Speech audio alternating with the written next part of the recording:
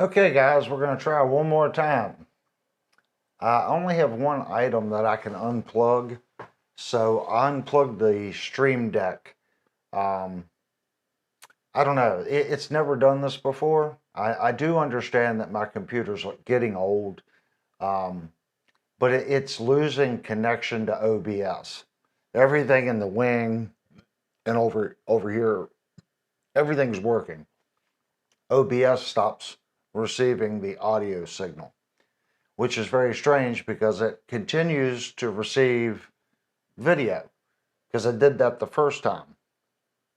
We go through all the cameras. Okay, I put this camera on the tuner just so you guys can see the intonation setup. Here is a camera over here. Okay, and then I set this one up with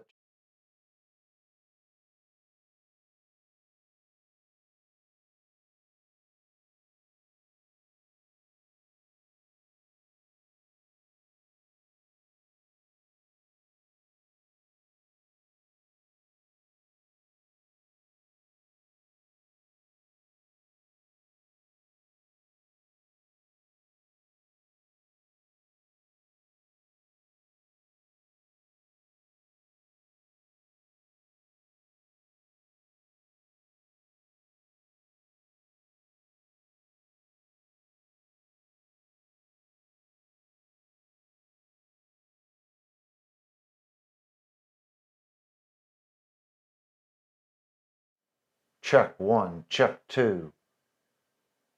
Okay, on all right, now that one I can understand what's going on. I do not have, I don't understand that. Let me look at something here for a second, guys. This could be something that I did when I made the changes. Mevo AGO8 live feed. All right, there's the live feed on that one. So when I go to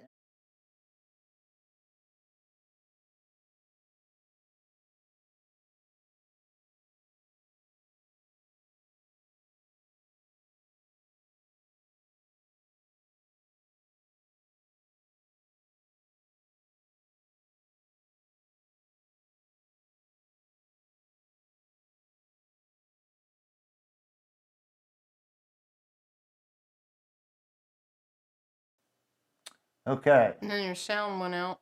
Yep. All right. So on this particular camera, okay, when I put this on, I did not have the feed, but that is not necessarily what the problem that we were having earlier. Now let's go back through the cameras. So this is the new camera, guys, and it does have the Yamaha AGO8 feed. So you have to tell it what each camera and the input for the audio. So that one's right. Here is our old main camera, okay? And now you can still hear me because that one was the old camera. All the old settings and preferences are the same. Here are the old camera. And here's a new view that I just set up. Now, when I set this view up, I forgot in this scene, they're called scenes. In this scene, I forgot to add the audio.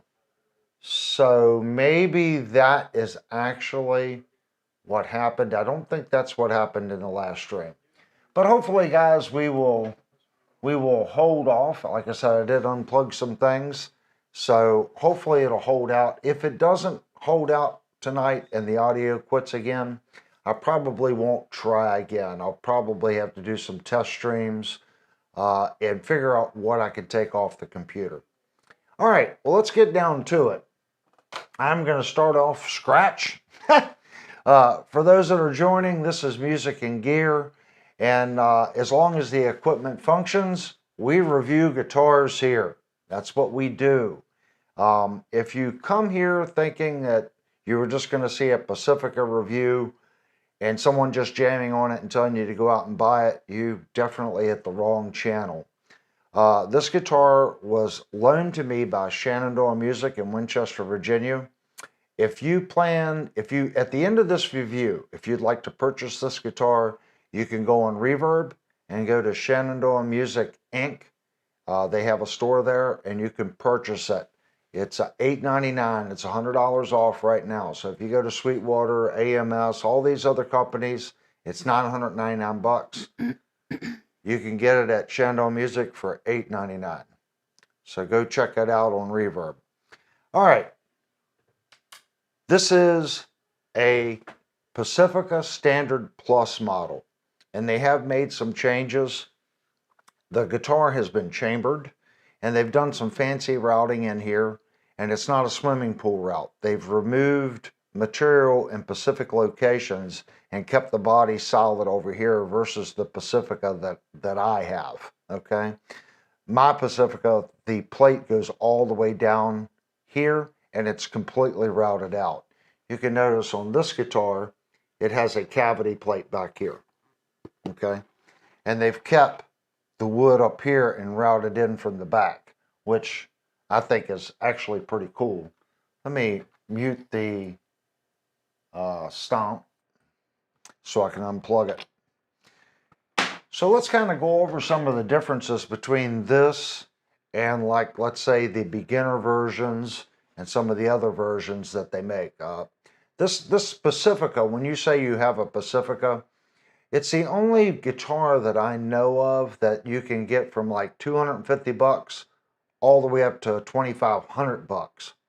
So this one in Yamaha's range would be a mid-level Pacifica. It's one notch below their Pro model, okay? And this one's just one notch above the model that I have. The one that I have is about $850, and it has Seymour Duncan pickups in it. This one has Rupert Nerve pickups in it, which was famous for making compressors, limiters, gates, mic preamplifiers. Back in my day, that was the best equipment for your rack mount band, and you paid for it. One of their mic preamps were $5 and $6 grand back in the day. They're still stupid expensive. Never heard of them designing pickups, but these have a really cool sound. They're very unique. I'm gonna, after this review, I'm gonna do a search and see if you can just buy these pickups separately.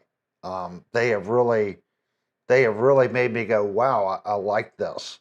I do have my Pacifica kind of up for sale, and I'll be honest with you, I put these pickups in my Pacifica, I would probably keep it.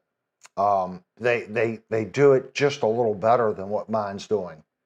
So let's go over the body. Okay, they've made some changes in the body. One big change is this big cut in the arm. See this line right here?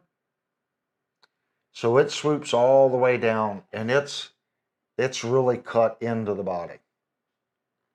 It's really nice. They've changed that.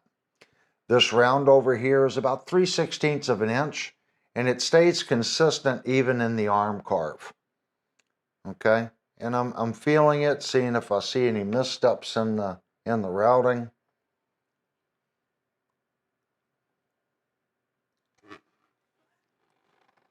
And it goes all the way around. And it's consistent even into the neck pocket right here. On the bottom of the guitar, exact same round over. And you can see we do have a belly carve. And I'll try to get it in the light to where you can see the belly carve. It's a huge belly carve. It goes all the way from this horn right here, all the way to here. Feeling the carve, I don't feel any missteps. It feels nice. I don't feel any missteps in the side of the body either. Another item they've changed, not only is this kicked in this way, okay? It has a little tilt. They've also chamfered it. Check out that chamfer. That was the first thing I noticed when I picked up the guitar. Now, you guys know I have a pet peeve on budget guitars. They do this, but then this flat part on a budget guitar, not all budget guitars, but a lot of them, this extends way up and the neck is flat. Okay, if you look what they've done here, they've followed the body contour and they've cut the neck way back here for easy access. And it follows the body line. It's about, I'm going to say 3/30 seconds off the body. It's well done. And now you can see the secondary chamfer right here.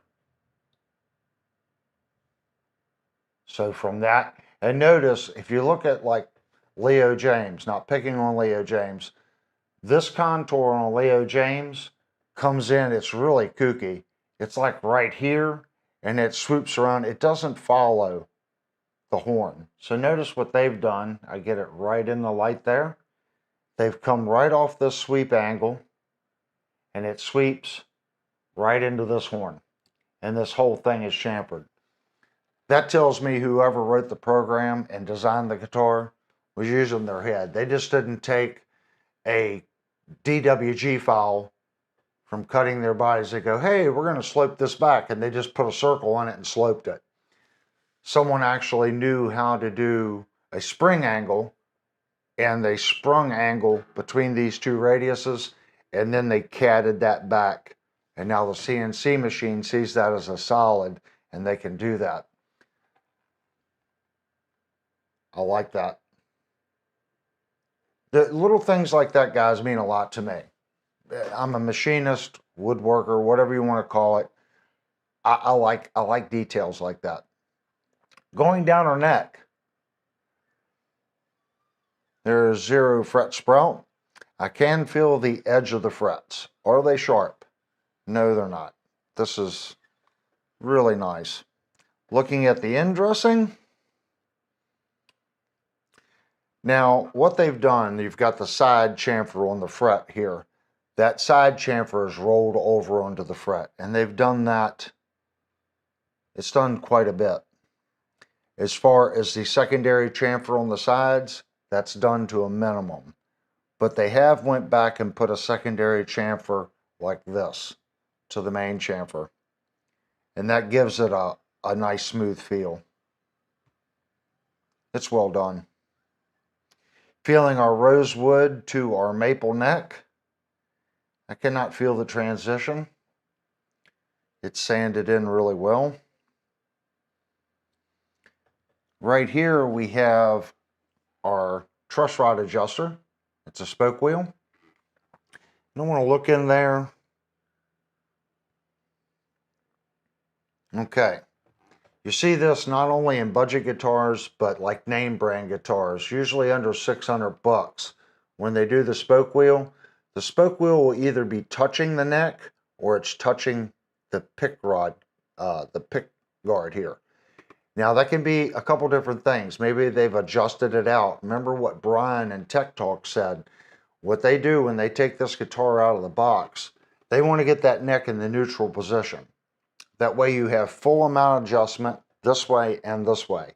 And they want to see what the neck does. If they put that thing in neutral and the neck's all bowed out, they're going to send it back. Because you need that adjustment for the future.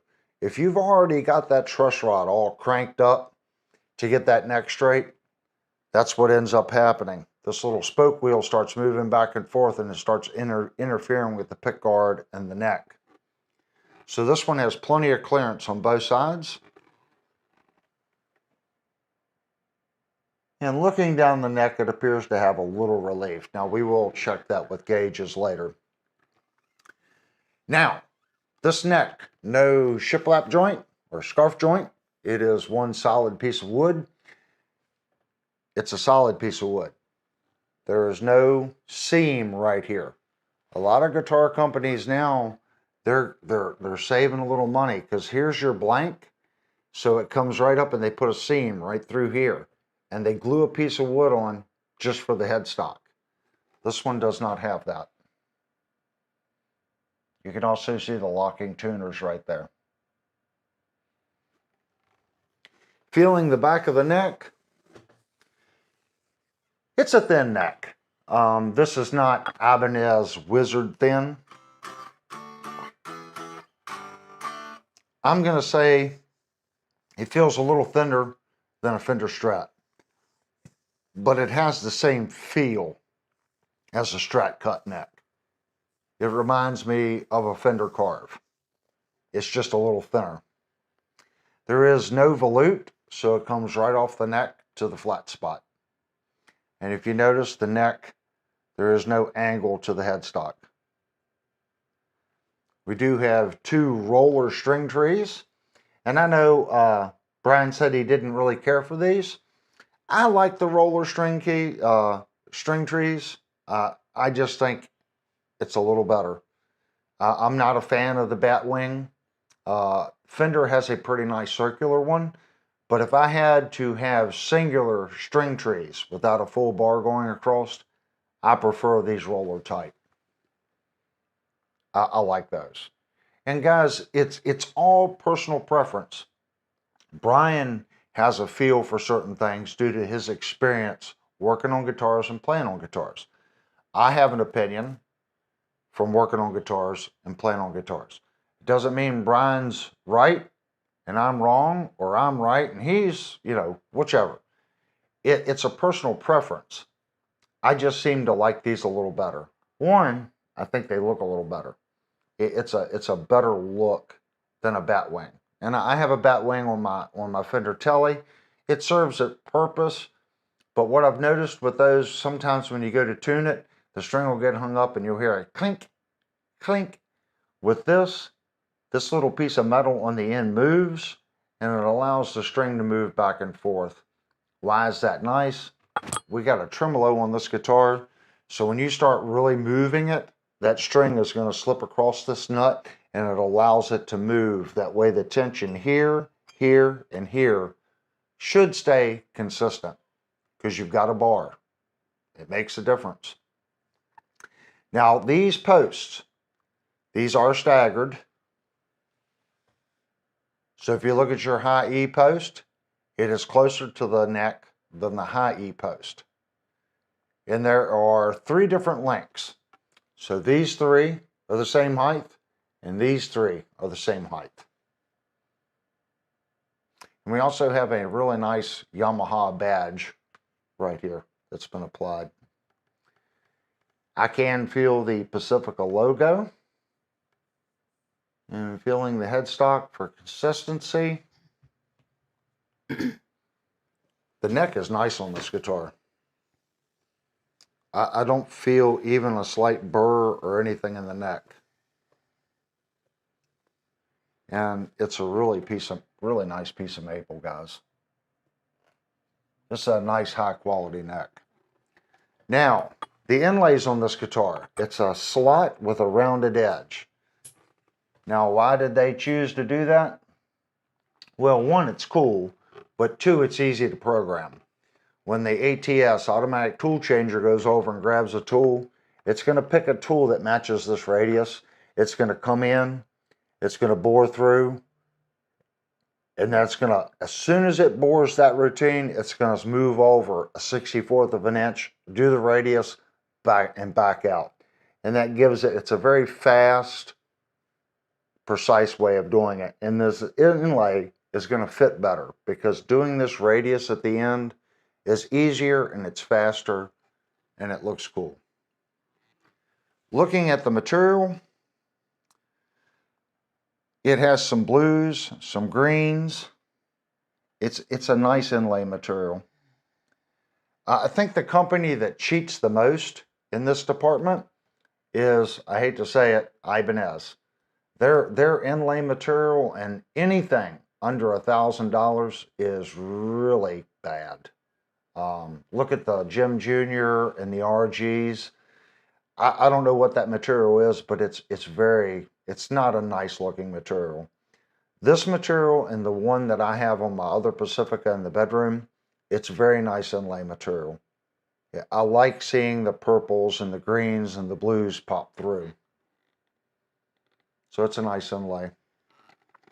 We actually have the exact same material in these dots up here. It's not just a white dot.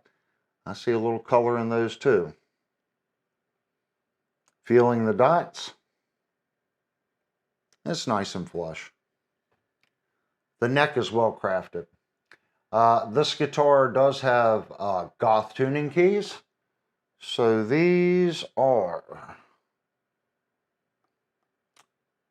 they look like, I can't tell, but they are goth tuning keys from the factory.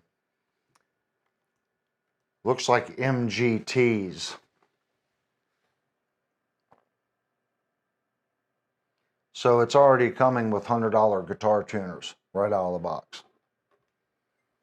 Feeling our nut to the neck, it's flush right here, and they have not broken this edge. So this edge right here, I do feel the sharpness to the edge. I mean, it's not sharp, but they haven't broken that corner.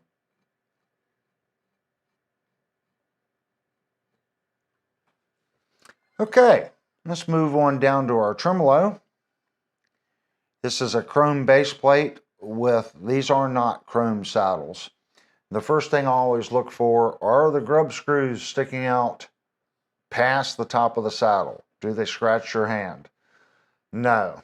Another manufacturer that's paying attention, and there is a nice radius to these saddles. Looking at the top of the screws to the saddle, they're in about the same location. So I'm going to say that they're probably using 2 or 3 different size scrub screws because they're all down in the saddle about the same distance. But I like that. They've taken the time to make sure that screw's not sticking up past and into the saddle, scratching your hand. It's very smooth. They've broken the edges. Screws on the back feel nice. Looking at our intonation, our E string, there is a gap in the springs. So the spring isn't completely compressed. That means there is room in this saddle to move it backwards. Looking at the screw on the high E saddle, which is the one furthest this way, there's a good 1/8 of an inch of screw on this side of the saddle where that saddle will move that direction. So that's telling me that the locations of these inserts, it's in a good spot. There's plenty of adjustment this way and that way for intonation. Feeling our control knobs. The volume is super smooth, but it has a little firmness to it. So if you like friction-free knobs, you probably won't like this knob. I prefer this feel. I like to know I'm turning something. That being said, our tone knob, it's more friction-free. Okay, why is that? Well, it's a push-pull. So when you pull this up, it splits this to a single coil. And it is friction-free. We have a 5-way switch. There's a little side-to-side jiggle, about a 1/16 of an inch.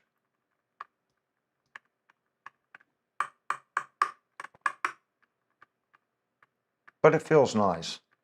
I don't think the switch would jump out of position on you. It has a nice firm feel to it. But there is a little jiggle on it. Going over our pick guard, let's check our screws.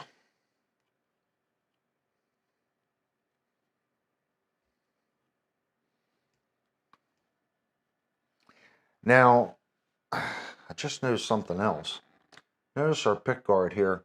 We have a little route right here and a little route right there. This pickup is direct mounted to the body.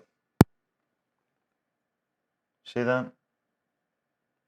So to change your pickup height, your driver goes down past the pick guard and they're mounting that pickup directly into the body. I think that's the first time I've seen that on a guitar like this. It's pretty cool. Now these pickups, the adjustment screws are right here, but all the screws feel smooth. This is a 3-ply pick guard. It goes white, black, white.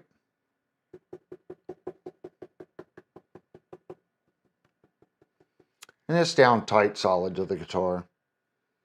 Looking at our neck fit and our pickup, our scratch guard and everything, how it fits, there's no gaps.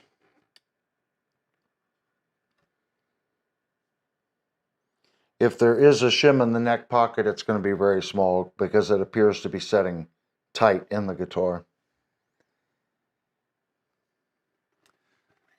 Okay guys, on the back we have 4 holes bored into the body,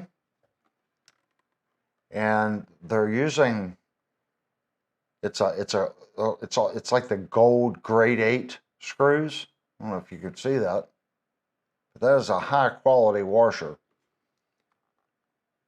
Same with the screws. It's definitely been heat treated. I can see the, I don't think I've ever seen it before on a guitar. That's kind of an overkill. I like that. Filling our screws. Feels nice. Looking at our holes in here for compound. It's well cleaned. Here we've got our cover plate for our tremolo cavity. There's a little deflection in the center. They do have this routed out here. I'm looking at how the strings go through. Got to put the bar in there. Looks nice. There is a little bounce right there and right here. And there's only 3 screws. So, Yamaha. 2 more screws. 1 here, 1 here. And you would have knocked it out of the park. Looking at our buttons, these are the bugle type. It's tight on the guitar. Tight on the guitar. And it appears to be centered. Now I'm looking at the neck set to the strings. And it appears that they have the neck set properly in the guitar in relation to the strings. All in all, I don't see anything fit and finish wise on this guitar that looks strange.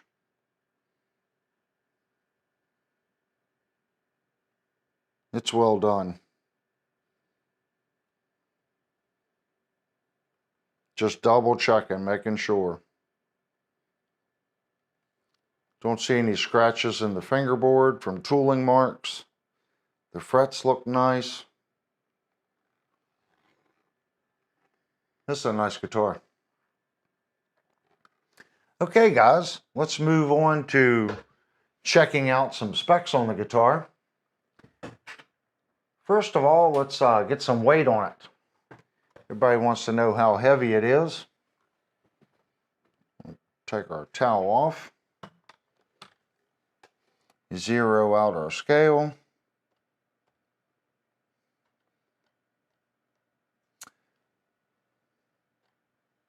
There we go. So pound ounces first.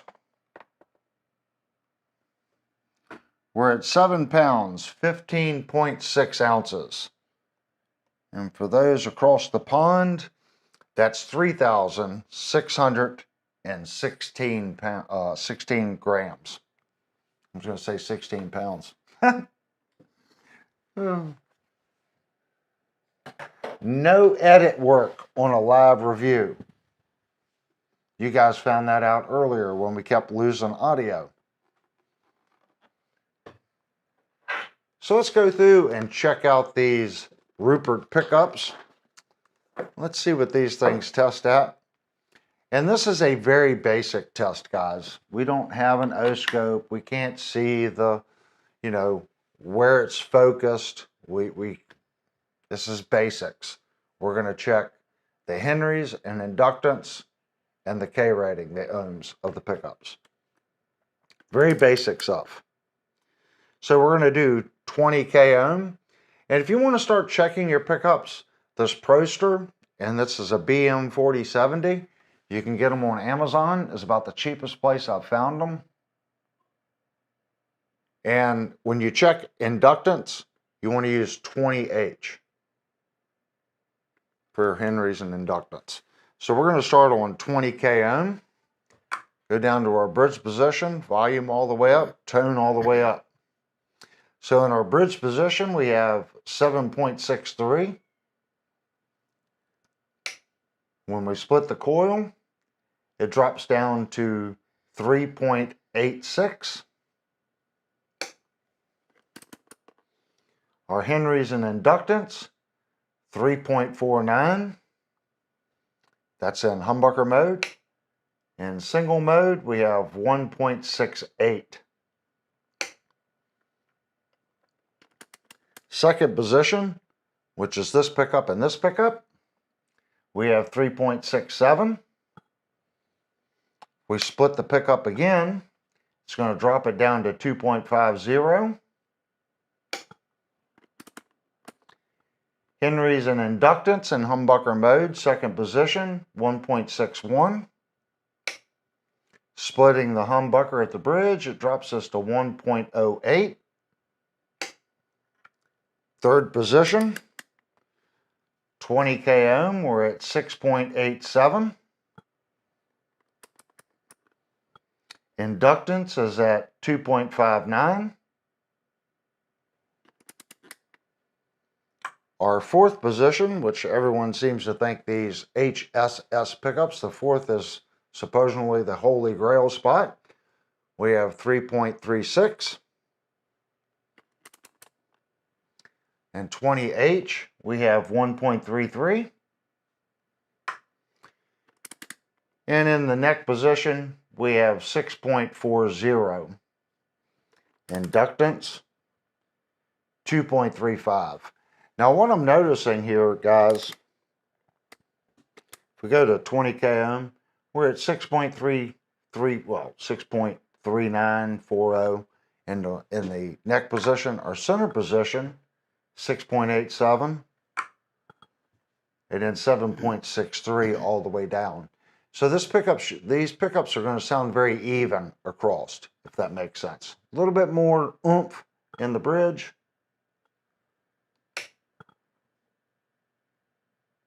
And it gets a little thinner when we split it.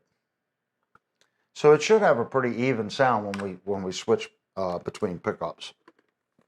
These are just readings. That's all they are. When we do the demo, you all can make your own decision on whether or not you like them or not. Okay, let's move on to our next thing. I want to check the factory setup on the guitar. We've got some tools here that we're going to use. First thing I'm going to do is I want to look at what our string action height and stuff like that is. So depending on which one we pull out, that's what we're doing first. We are doing Imperial first. So our low E on the 12th, it's set to 0.055. Oh, wait a minute, wrong fret.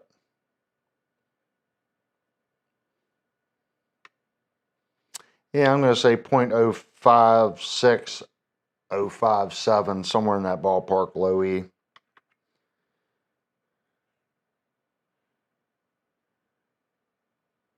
And our high E set exactly the same. Looking at our other strings.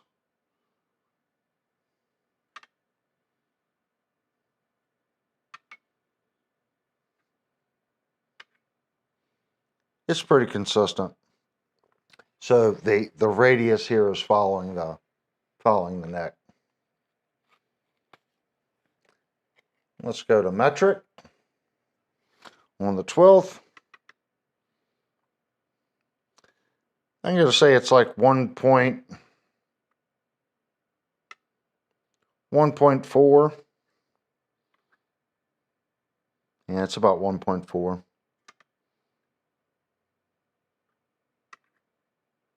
Yep, about 1.4. You guys can do the math and tell me how much parallax I have when I'm reading those gauges. Okay, let's check for neck relief. I want to say that this is a 25.5 scale length.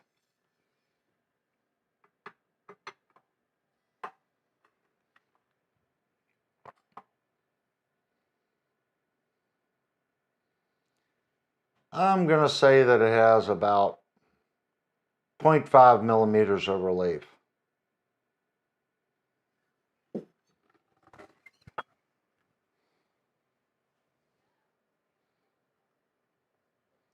Doing it this way, I'm going to say it's probably 0.7 doing it this way. Now keep in mind, when you push on the string here, it does create an arc in the string. That's why I'm not a big fan of checking relief this way, because you are arcing the string. But some people like you to check it that way. And we're going to double check it with our StewMac gauge.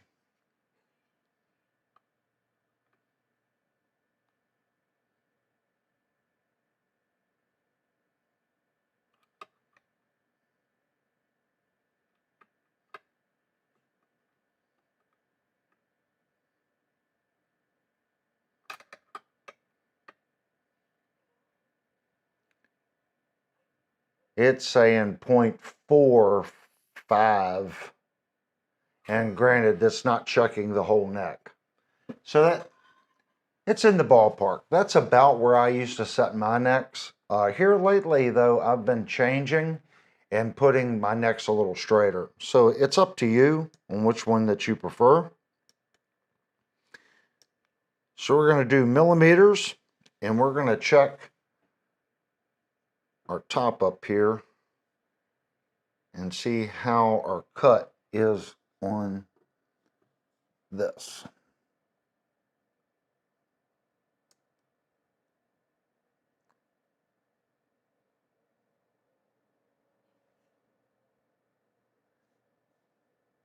It's saying 0.35 millimeters on the high E.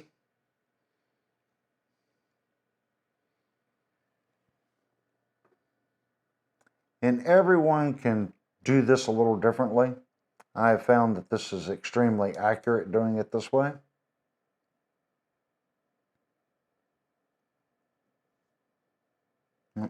Got to re-zero it.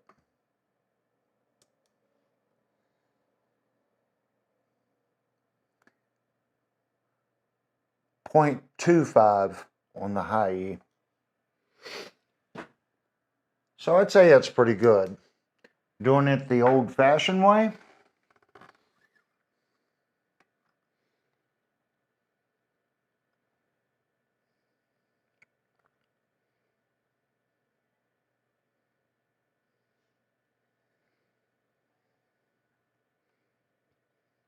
Our G string seems to be a little higher. I'm going to say the G and the B. But it ought to be pretty close. I'm not going to judge until we check it with the tuner. But I would say the nut is cut extremely well. That's a really good setup as far as the nut cut. Okay, what else do we have? We want to check the neck radius. And I did not check anything on this, guys. So let's throw some darts. I don't think it's going to be a 10. There's a 16. Here's a 12. Let's start with 12. I see a crack in the center. Let's see if it's a compound radius.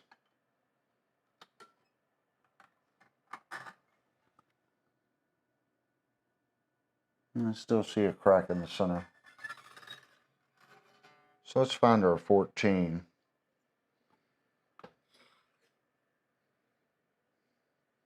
That's a 15. That's a 20. I don't think it's a 20. Here's our 14.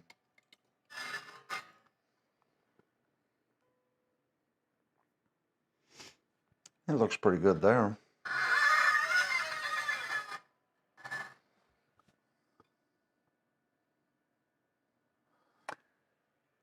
Where'd that 15 go? 14 looks pretty good.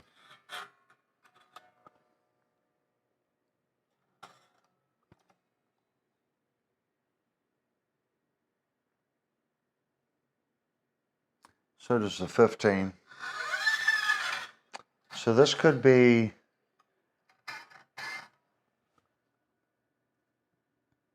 it's really, really hard to tell, guys.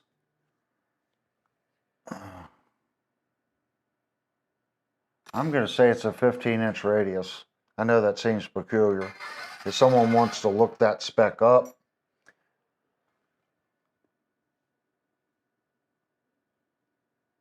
this one is definitely looking like a 15-inch radius.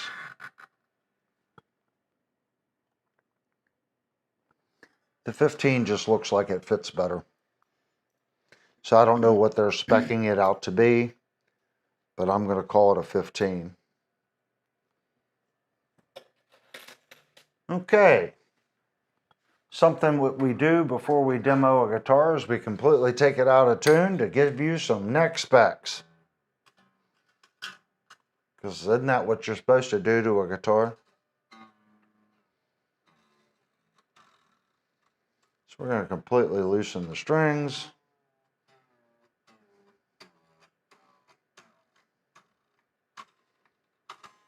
All right.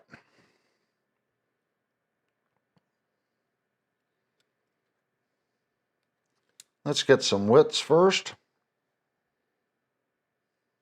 Starting out in millimeters. Across the nut of the guitar.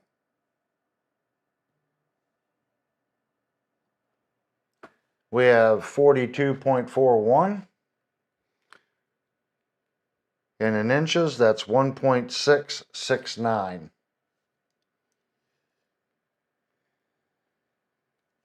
Let's go down to our 12th.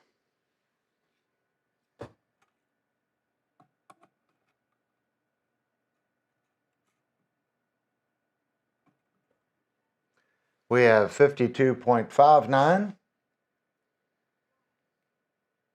In inches, that's 2.0715.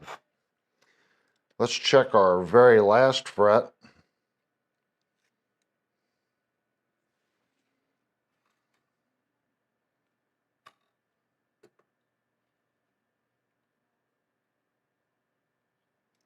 We have 57.34. And that's 2.2575.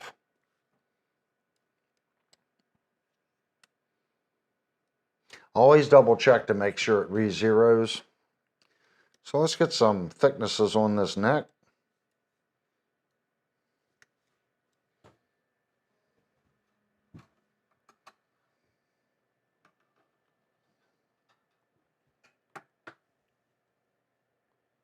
So right at the first fret,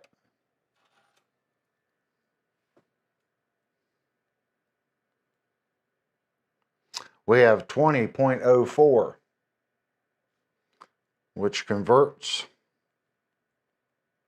to 0.789 inches. Let's check it at the 12th.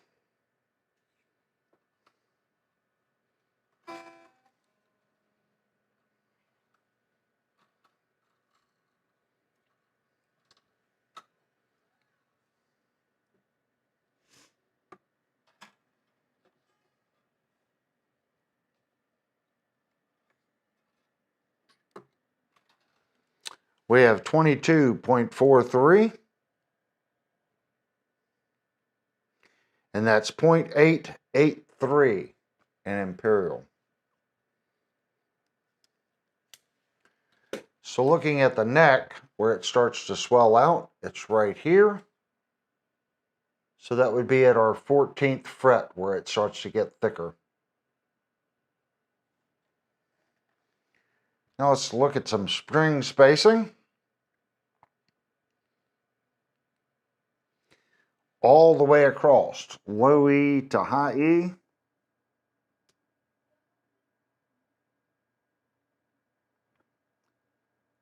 I'm going to say E to E is right at like 35.5 millimeters at the nut.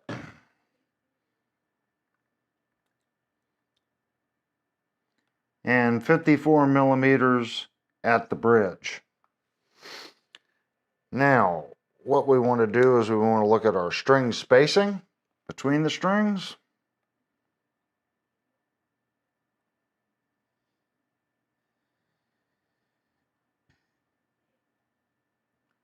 It's saying 10.7. 10.7. No, 10.47. So I'm going to say it's 10.5 at the bridge. Up here at our nut,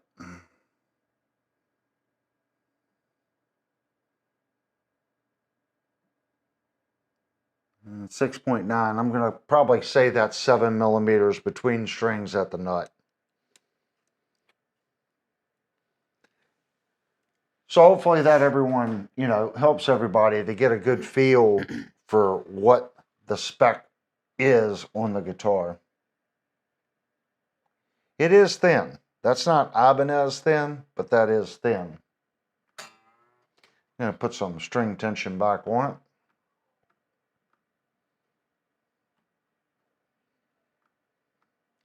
Trying to think what else we got to do. We got to do the intonation check, don't we, guys? I can't look at the time and know how long we've been running because we had 2 failures at the beginning. It's 9:30 now. Yeah. I didn't know if we'd been on for an hour. Let's get it close to in tune, guys.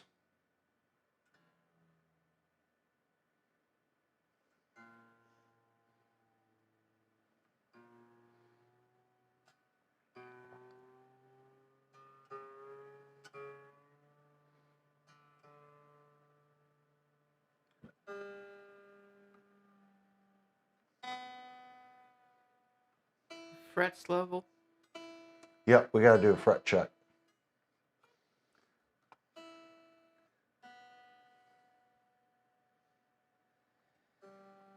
There's no hiding stuff with a live review, guys. I know that's why you guys check out these reviews, because so many YouTube channels just pick up the guitar, jam on it, or they go ice skating with their fret rocker, or their tool's a fret slider. I have looked into a fret slider, but a high quality fret slider is quite expensive. Fret tool. It's called a fret rocker for a reason. You're supposed to rock it. If you see a guy doing this checking frets, you can watch the show for entertainment purposes, and that's about it. It's a fret rocker, and it's called a fret rocker because you're supposed to rock it. I mean, it doesn't take a rocket scientist to figure that out. How you use the tool, and I know I sound like a broken record. It has 5 different sizes. This can only set on 3 frets at one time. That's why it has the small side. When you get down here, okay, and you're using that one, that's touching 4 frets. You can't use it anymore. You have to rotate the tool to where the tool is only touching 3 frets. So let's go through this guitar and let's see how well Yamaha did with the fretwork on this guitar. And since this is a live review, I apologize because we cannot go into squirrel mode.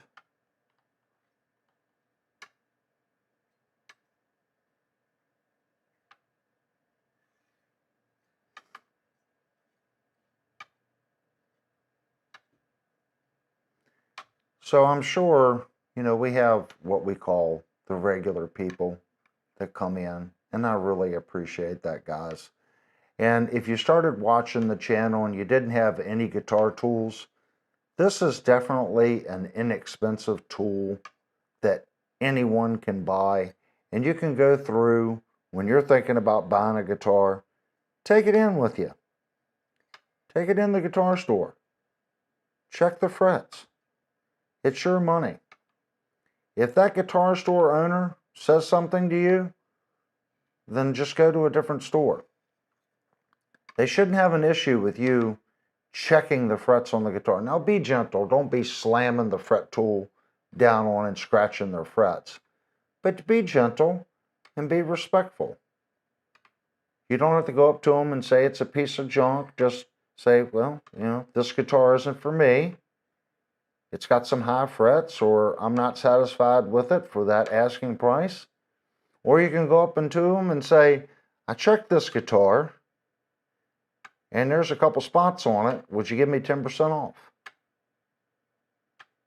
There's no shame in asking. But again, be respectful. If you're going up, they're not going to give you 50% off just because you got a couple high frets. But go up and say, look, it's got a couple frets that are off. Can I get 10% off?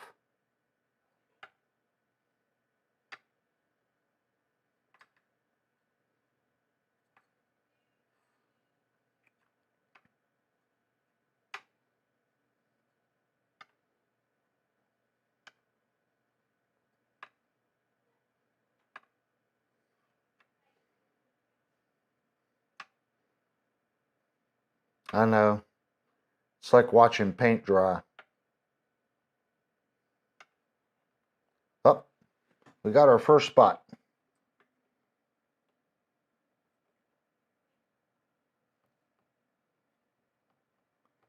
Just a little bit. When I say just a little bit, it's just a little bit. I don't know if I can. Is my little lapel mic picking that up? Just a little bit right there.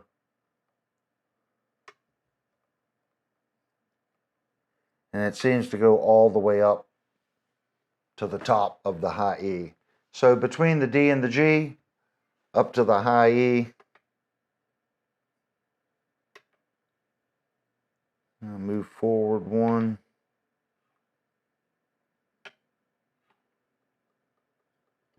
So that's our 11th fret, and it is solid on the 12th. So that fret is just a fraction high. Your guitar tech would just look at you and say, don't fix that. I wouldn't fix that spot. You could slam the action and that would never cause an issue.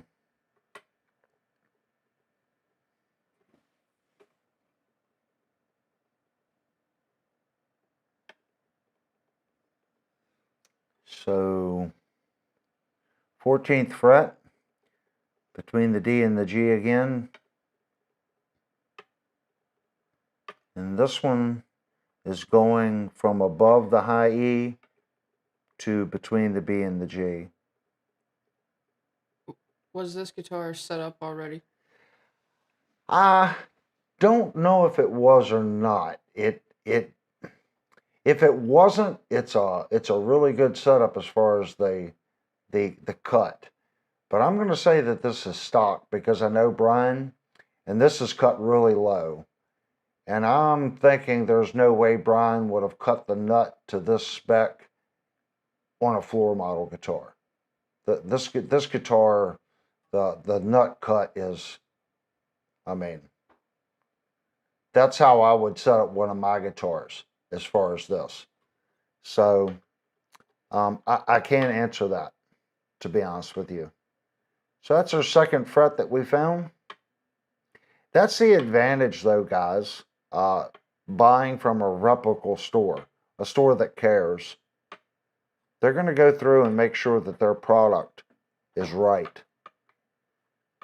And if you go in, I've went in, picked up an instrument, maybe they just threw it out on the floor, and I'll say something, and they'll say, well, we'll give it to Brian.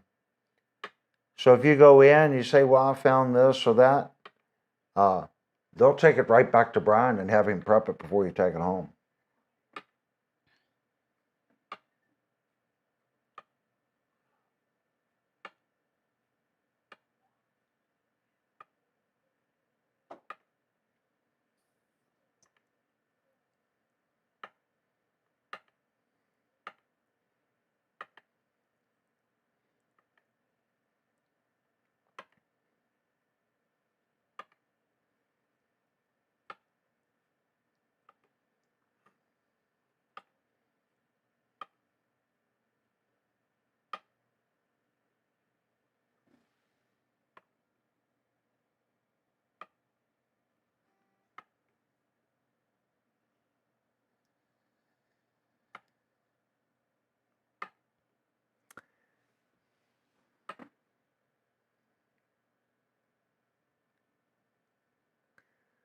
20th fret.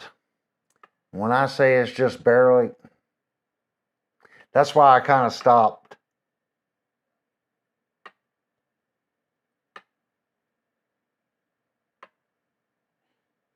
I can only feel it if I hold the fret tool right here just a certain way.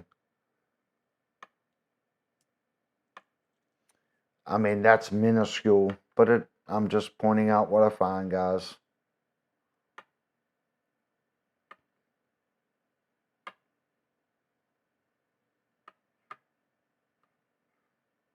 Just double checking, making sure that it is a...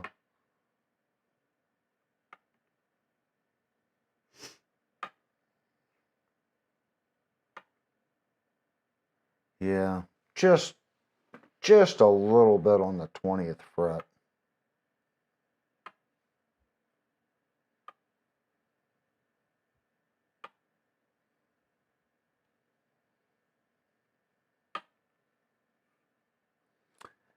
So I think we have two spots that's almost indetectable and one spot that's still very, very minuscule. And these are spots that when I've worked on guitars, I've went back and double checked my work and I've felt these type spots. So that's telling you how insignificant this is. When I'm working on someone's guitar, I do go back and just fine tune it because I want it to be perfect. But I have had a fret level, and you go back and you're checking between every step to make sure you get it right. This one and this one, no one would call. Maybe that one spot, a super honest guy that's checking your guitar might say, well, you got one fret, you know, between, I think that one was between the B and the D and the G and the B string. So it's just one little spot. This is one of the better guitars we've had on the channel for quite some time. We've had some pretty rotten luck lately on frets, not just on budget guitars, but more expensive guitars. My Sire, $850 guitar, it had several spots. Nowhere near this good. I can't think of all of them that we've checked, but we've had a lot of guitars, probably the last 10 guitars, that I would feel it's been spotty. So this guitar is a winner. This is a winner. This is great fretwork. It's box time. Yep. Oh, just so everyone knows, I did not know this. Was it Jason that we were talking to today? Yeah. Jason informed me of something, and I was unaware of this. Yamaha makes every guitar they sell except for one. They make one acoustic that is not made by Yamaha, that is outsourced. So the Yamaha employees at a Yamaha plant make their guitars. It's not Cortex making for them, it's Yamaha. They only make one acoustic, and he said that was like their $170 acoustic that they've outsourced. So even their acoustic guitars, Yamaha makes and sells. So they have 100% hands-on, even on the $200 Pacifica all the way up to the $3,000 Pacifica. It's Yamaha doing the quality control and quality assurance, and Yamaha employees building it. I was unaware of that. I thought, you know, the professional line was the Japanese made, you know. I was really surprised that a $300 Pacifica is Japanese made at a Yamaha. Well, I'm not going to say it's Japanese made, but it's made in a Yamaha plant. I don't know where that guitar is actually made, but what I'm trying to say, it's not subbed out. It's not Cortex or Samac or IYV or Joe Blow Guitar Company in Korea making the guitar. It's a Yamaha factory with Yamaha employees. That, if you know of another guitar company that's doing it, that makes a volume product. Yamaha makes effects processors, drums, air, keyboards, guitars, basses, loudspeakers, power amplifiers, mixing consoles, effects processors. I looked at a Yamaha TF rack before I bought my wing rack. Yamaha makes a lot of stuff. So for them to make their guitar 100% in-house except for one model, that's crazy.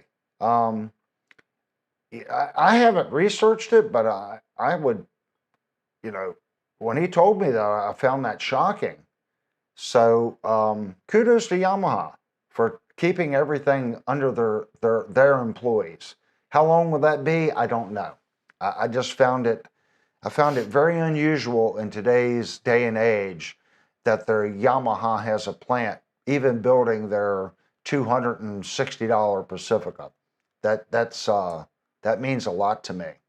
Um, this guitar is well crafted. This is a nice freaking guitar.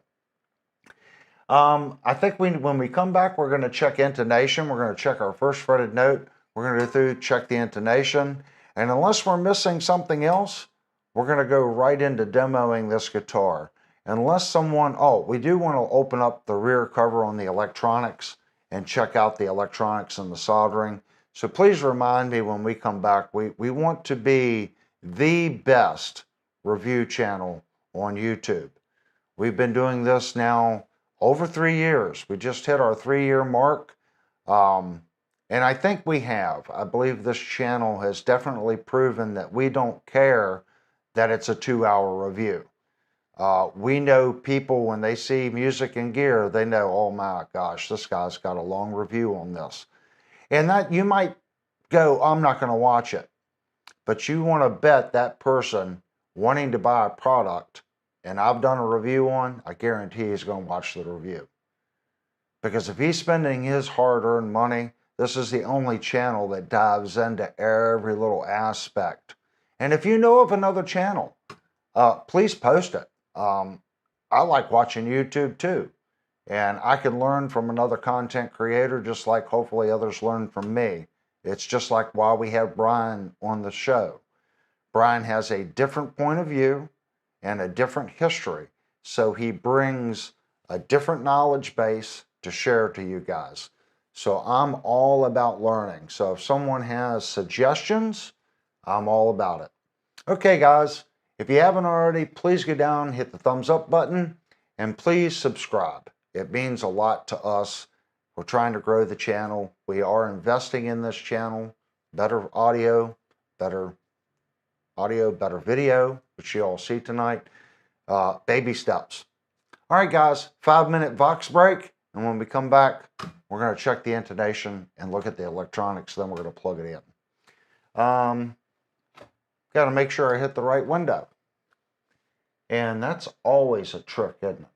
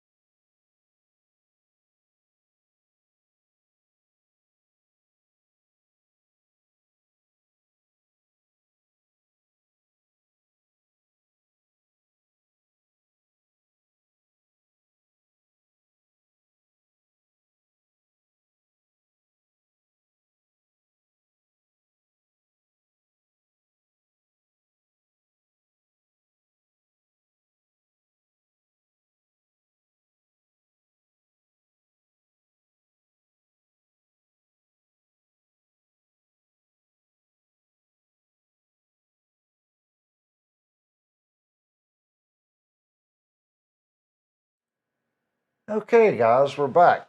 Annoying critic. No, we review a little bit of everything. We reviewed Leo James, what, 2 months ago?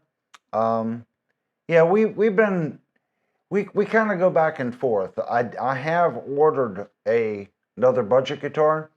Um, Something I've noticed, it doesn't really matter whether you buy $1,000 guitar or a $200 guitar, and you're not going to hear many channels talk about this. I'm not going to say they're all the same because they're not. They're different companies. There's different this. There's different quality points. But when you review a budget guitar, there's usually, especially now, all these budget guitar companies, they've went to ball-end frets. So what I look for on a budget guitar is the first thing I look down the frets. And usually they do this down the neck because all the frets are dressed and ball-ended before they're ever put on the guitar. Um, I've never seen one perfect. The best one I've ever seen was by Firefly, and it still had a couple wavy frets. The next issue that I see with budget guitars and mid-level price guitars is usually pickups. Okay, the price point is the price point. We've said it before. It's not, if you buy off Amazon, Amazon's making it. They're just like the guitar store. They are. Do you think Amazon is letting Leo James, Grote, and whoever it is sell on their platform for free? No, Amazon gets a kickback.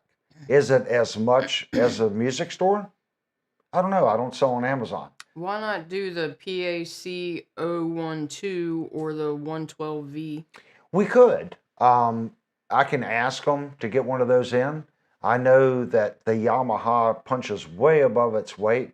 This was the Pacifica, the $299 and the $99 Pacifica was the original budget guitar.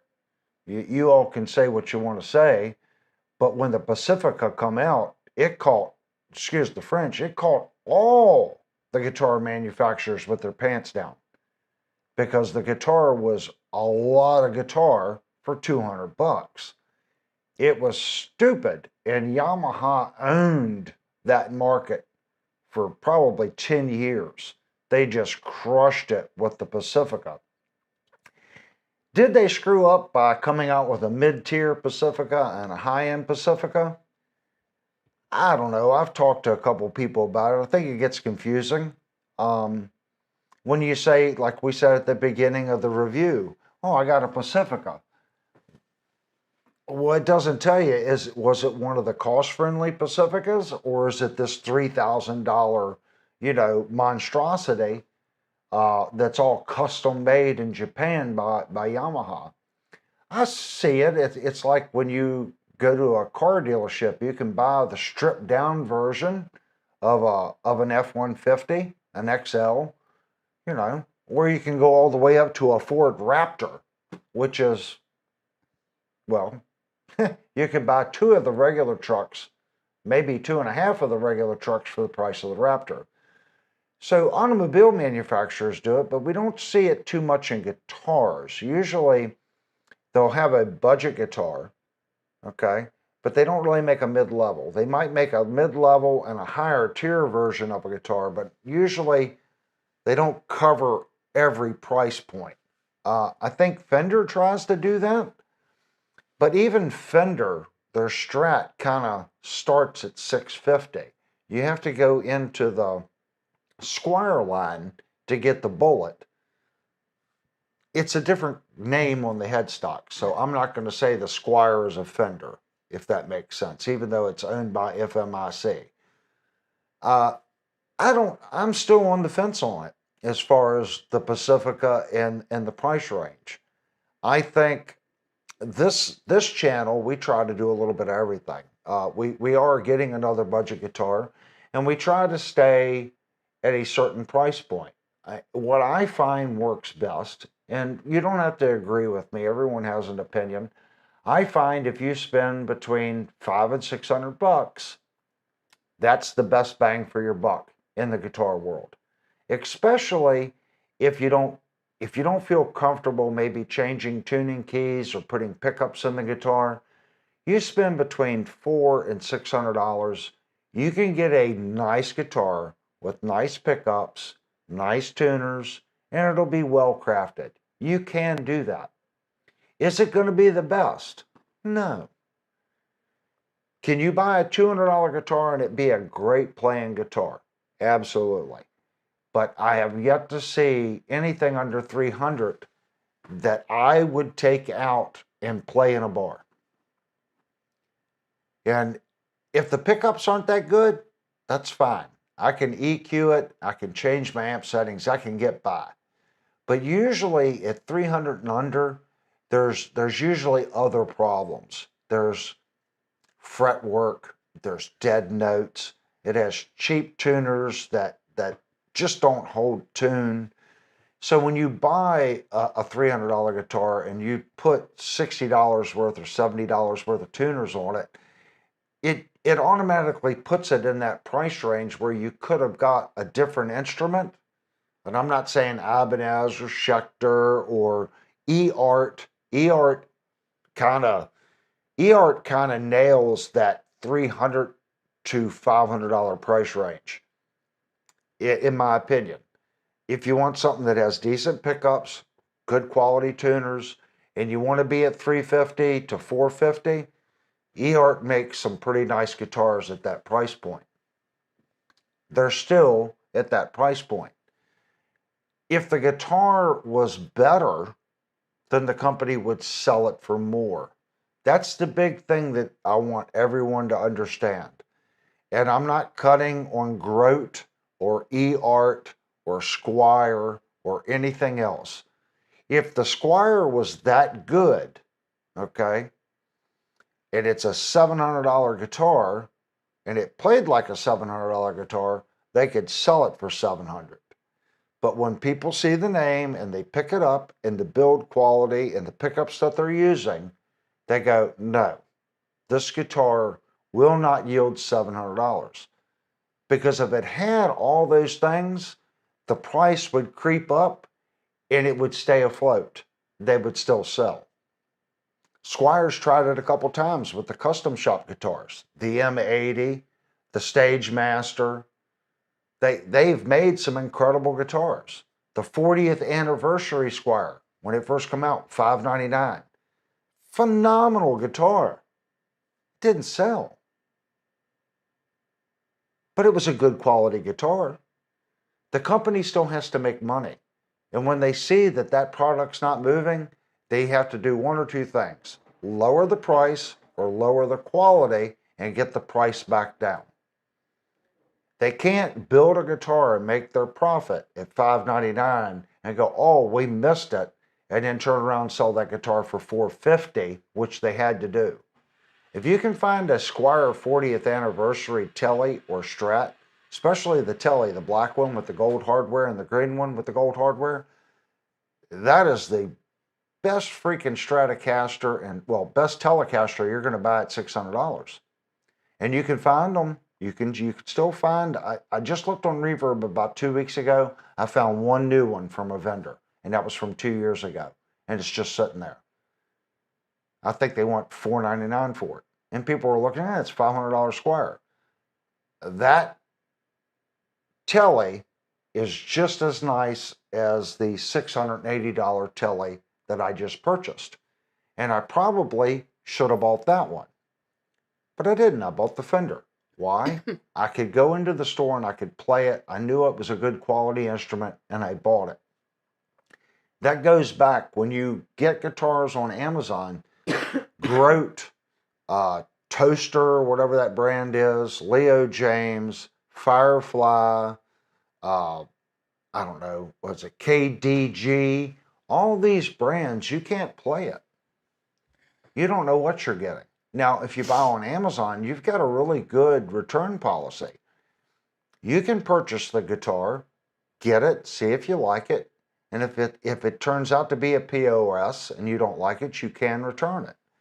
But understand, it's a $200 guitar or a $300 guitar or $400 guitar because that's all it'll bring. So the manufacturer has to build to that price point. Now, they can push a little bit. and we're going to add a little bit more quality. But they can bump that price just a little bit. But until enough people start buying it and they go, hey, the quality's gotten a little better, it is worth it. They might ride that wave for 2 years and go, okay, let's push it a little more. So they add one little more thing and they bump that price up a little bit. Every guitar company does this as they grow.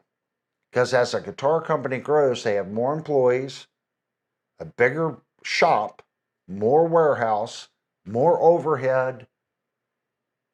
And as that goes up, now they have to charge more and more and more and more. There are guitar companies out there when they first start, they try to hit a price point and they're trying to build a really good product to get their name out.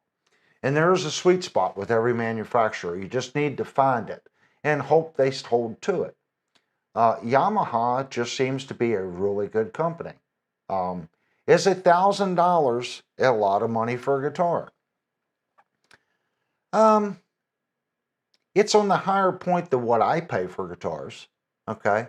But is this, in my opinion, unless I plug this thing in and it sounds horrible or I see really bad electronics, this guitar is a $1,000 guitar. I don't see an issue with it. The frets are right. That in itself makes the guitar play good.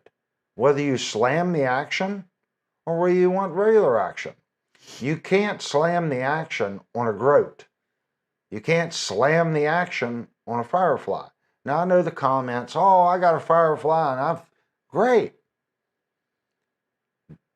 But most of the time, 50% of the time, that Firefly is going to have a fret here or there that's going to prevent you from lowering the action down to shred level because it's going to choke the note out. That means you have to do work on it. That means the guitar should be cheaper. And is it cheaper? Absolutely. It's a cheaper guitar. But that's why you've got the bad fret. When I look at a guitar like this, and they're wanting $1,000 for it, the fretwork needs to be right. This is the truth this channel has always had. My first Firefly review, I called the guitar POS. Why? Because it was. Everyone, we had a stem of budget guitars that I really liked, okay? And those were honest reviews. But then I started getting some like Firefly. It's like their quality. I even did a video. Is Firefly's quality going down? Because I saw it. I saw the frets were waving more, that they were having more uneven fret problems. I was getting guitars where the ground, look at the Zakk Wylde Les Paul we reviewed. I plugged it in, it was making noise. They didn't check the ground. There's no way the guitar was checked at the factory. As soon as they plugged it in, they would have known there was a problem. No quality control. Well, if you don't check the guitars, it doesn't cost you any money. You build it, throw it in the box, and sell it. But if a company takes every guitar off the line and someone plugs it in and they verify that it's right, that costs money. But that also means when you receive the guitar, odds are you're not going to have that problem. So there's a give and take. There's always give and take. Whether you're talking string gauge or you're talking pickups, there's give and take. I like guitar head pickups. They're inexpensive and they sound good. Are they as good as Seymour Duncan's? No. But they're a quarter of the price. Okay? So for a beater guitar that I'm going to go out and play in bars with, that guitar head pickup does well enough for me. The Seymour Duncan is for somebody that has a higher quality amp that you're going to pick up those nuances, just like these pickups. If you're going to play this guitar through a Katana, then buy the $500 Pacifica. But if you've got the Katana and your next step is to buy a higher quality guitar, sure, buy this. Are you going to hear a difference? Probably not. But if your goal is to next buy a higher quality amp, you're going to start to hear the difference. Brian said to add to this conversation, he thinks we as guitar and bass players got a bit spoiled. In the grand scheme of musical instruments, we have the greatest amount of choices that don't have to run $3,000. I 100% agree. Plus, he said he's awake now. It'll take you an hour to get here, buddy. I hope you enjoyed your power nap. I agree with that. And if we lose subscribers, the channel wasn't about being a budget guitar channel. It was about reviewing instruments and determining whether or not it was a good bang for the buck. If 1,000 is too much, then there's other models. I can think of many guitars at $500 that we've had on this channel that were great guitars. If I'm going to buy a budget guitar and I'm going to have to put pickups in it anyway, it doesn't matter what it come with pickup wise and start with, because I'm going to put pickups in it. With that being said, I would buy a Groat. The Groat had great fretwork and the fit and finish was good, but the pickups were horrible and the electronics were horrible. But if you want something to modify and you're going to buy pickups anyway, why spend $250 on the Leo Janes because it's got hotter pickups with bad fretwork when you could spend $150, get the Groat, which on this channel we've reviewed 4 Groats and 7 Leo James. The Groat has a higher track record of quality on the fretwork and fit and finish, but the electronics were bad. Are you good with your tangent? No, I'm just trying to explain why we do the things that we do. That was just me asking. You know, you get what you pay for. Are there lucky people? Sure. You might get a Firefly or like the Leo James I have downstairs. That guitar for Trucker Bob did pretty good. That guitar was $219, had a decent floating bridge. Did it return to zero? No. Go back and watch the review. But I did say it worked the best of all the Chinesium Floyd Rose bridges I ever played. But if you're playing in a band, you're going to hear that guitar when you use the bridge and you come back on it. You're going to be out of tune. It did not return to zero. Playing in your house, does it matter by yourself? No. You're not going to tell that you're 5 or 6 cents out. But if you're playing with another guitar player and you hit that bridge and it doesn't come back right, yeah, you're going to sound like poop. But it's a $219 guitar. The pickups were decent. The frets were decent. And I even said, if you want a Floyd Rose guitar and you don't want to spend a lot of money, that was a great guitar. It's $219. Probably the best cheap Floyd Rose based guitar I've ever reviewed. It did pretty good. That doesn't mean that it's a great guitar. It means it does well for that price point. Okay. We want to check intonation on this just to see if it's a dud. So we're going to go to our intonation cam. Can you see right there? We have a little camera set up on our tuner. And you guys can see me tuning the instrument right here.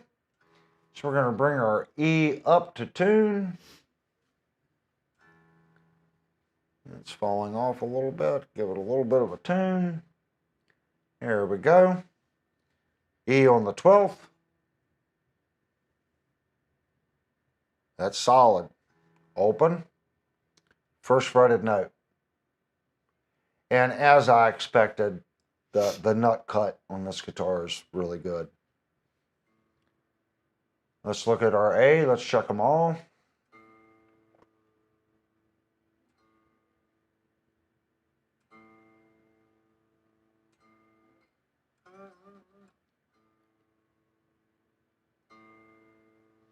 There's our A. A on the 12th. Fraction sharp. Open. First fretted note. Again, very good. Guys, this is a strobe tuner. They are stupid accurate. There's our D. D on the 12th. Really good. First fretted note. Again, it's just barely rotating on the first fretted note. That's solid. Here's our G.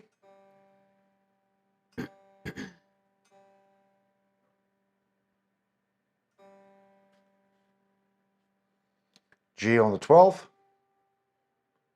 Again, a little sharp, but very close. First fretted note, just a fraction sharp. Now, even if we went back here and that's our 12th. That's pretty good. Open.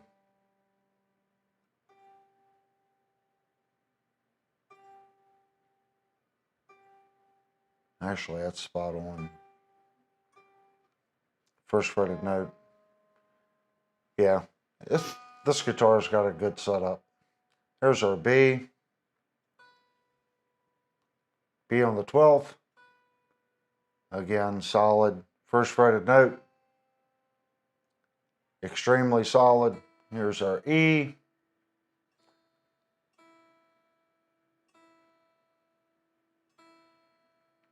E on the 12th. Just a fraction sharp, open.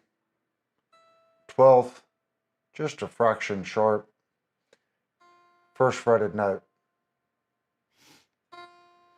That's the difference, guys.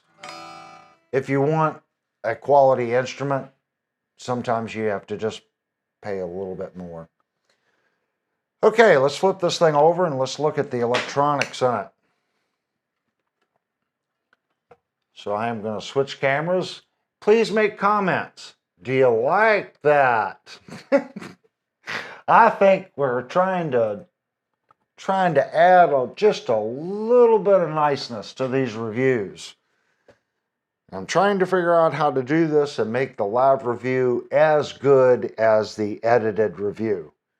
And using two cameras simultaneously, that's pretty cool. And yes, this is a JIS screwdriver, and that stands for Japanese Industry Standard. If you are stripping screws, then you probably are using the wrong screwdriver. So here we have a piece of shielding on this. So let's see if it's just there for giggles. It's kind of a chalky paint. I do not see a ground strap coming up to these locations, and I am going to buy a tester because I modified my tester for doing pickups, so I can't probe this to see if this is grounding shielding paint, but it doesn't look like shielding paint, but I could be wrong. So if it is not shielding paint, this really doesn't do anything. This has to be grounded to the pot for it to do something. Looking at our wiring in here,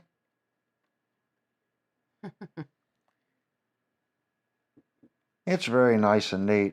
We do have a micro pot on the volume, and it is a micro pot with a push-pull, just like the Barnes.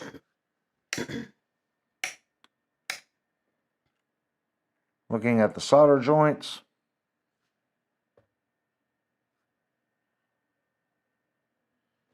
it looks really nice. Let me see if I can figure out which camera this is, and let's switch cameras.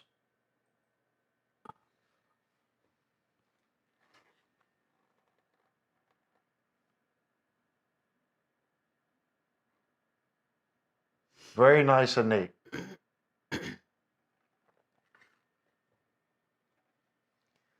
Now let's open this up. I'll actually put this cover back on first. And notice that fits really well, the gap around here.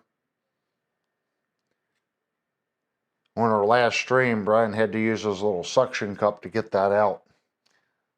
This one fits very well. And a lot of that, guys, they're programming for this route. They do a secondary route. They pull that map off their CAD profile.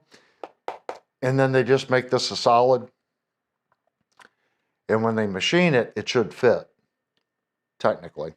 But you always have to do an offset, because once you put the finish on the guitar, that brings the walls of this rabbet inward. And that's why a lot of times these fit too snug. They haven't allowed for the thickness of the paint. So let's look in here.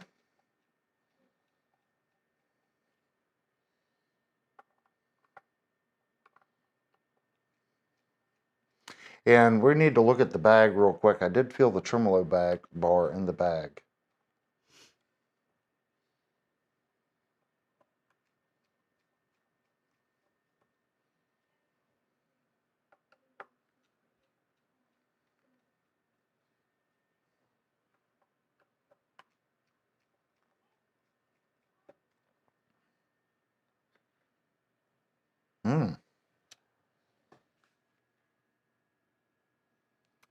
Again, I don't have to look any further. This is clean.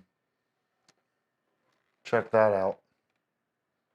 How clean the bottom of that route is. It's actually shiny like the body.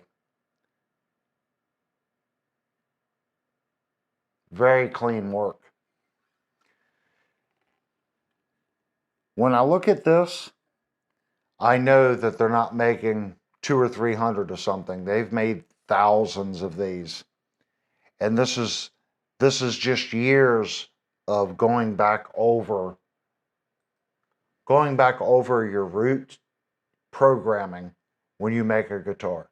Oh, there's a little error, and make a change. Little error, make another change. And they keep refining that program and refining that CAD drawing, that DWG file, refining that CAM program for that machine.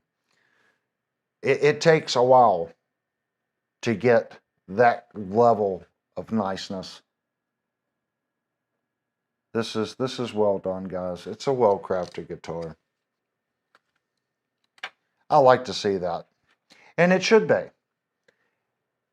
As you guys know, it's a $1,000 guitar. And something I did notice, if you look at how the screws are done, kind of strange. These two are close. These two are close. So the two center screws aren't in the center. It's guess they did that so you can't orient it on wrong. But if you did put it on wrong, you would definitely know. It's the first time you went to put strings on it.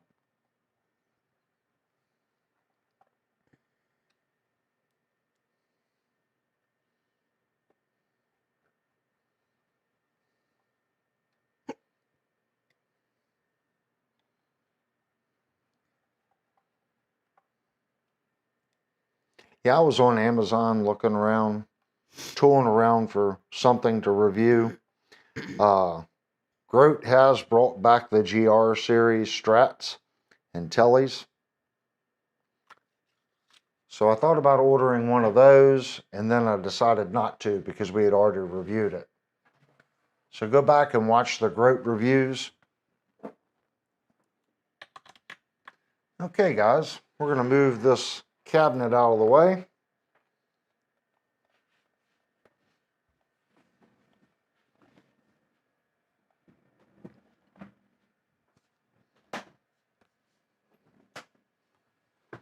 Now let's get some sounds out of this guitar.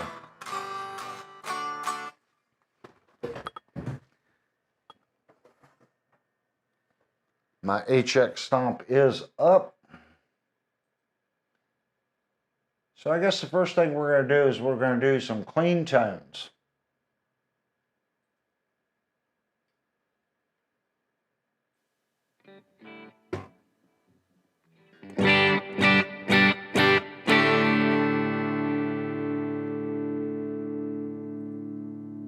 Clean tones. It's a machine block. I'm looking at the chat. What they did is it comes up like this and they've chamfered it like that. So it gives it the appearance of being a thin block, but it gets thicker at the base. I read something about Yamaha. It's engineered to create resonation. So it comes up and it chamfers. And on the back of that block, I'd have to show you. They've actually cut fluted fins in it, and it's machined to where it's supposed to resonate better and create better sustain. It is deliberate, the way the block has been machined. So at the top, it's pretty thin, then it chambers back at about a 15-degree angle, and then they've cut grooves in the lower block. So it's pretty cool. Does it actually do something? I don't know. But that's our sustain.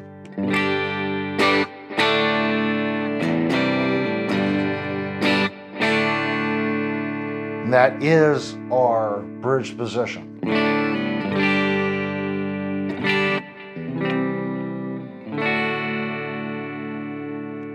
We split the coil.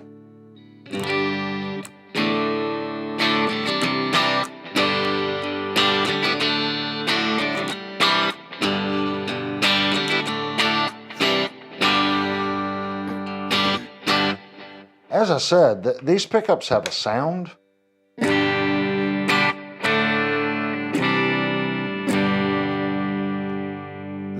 I don't know how it translates to YouTube, but there's something.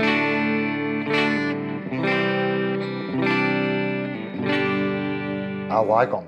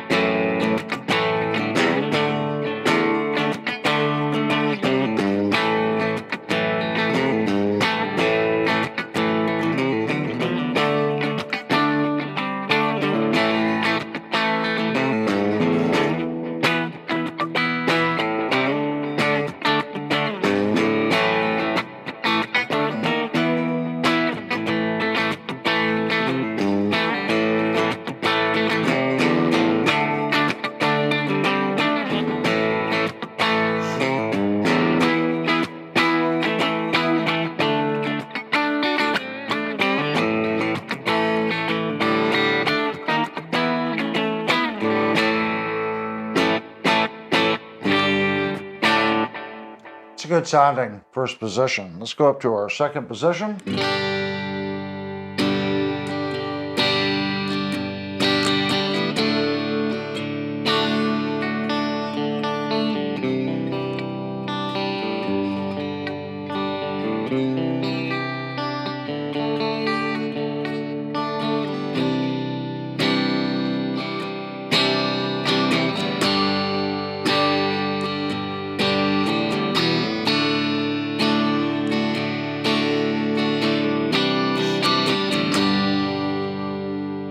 Let's split the coil on our humbucker.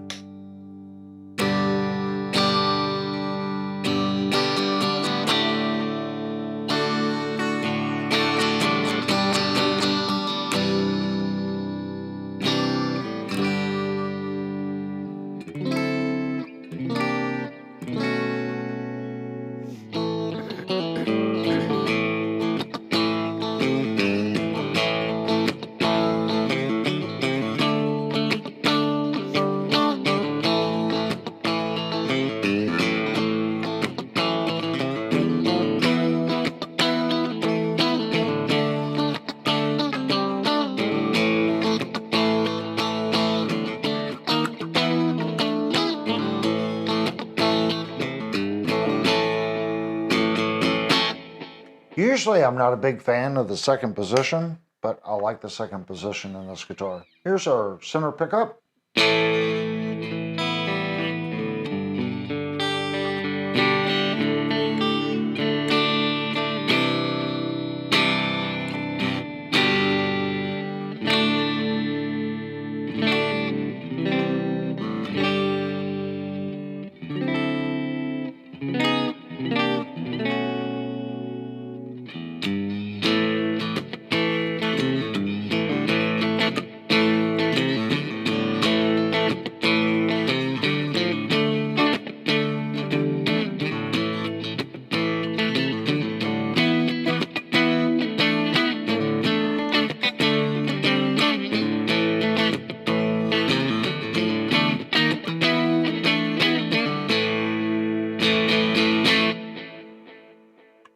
Up to our fourth position.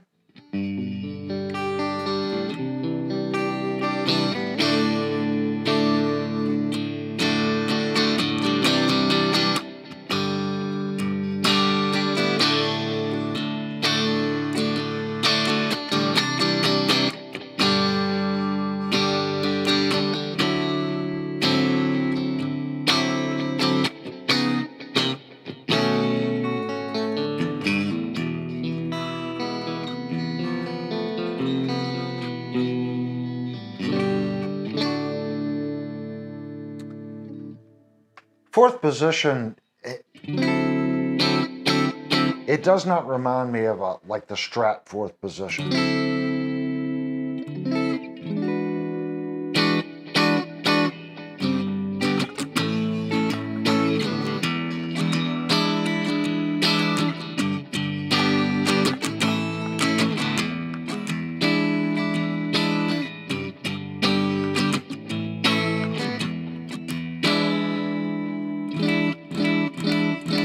It's got a good sound though.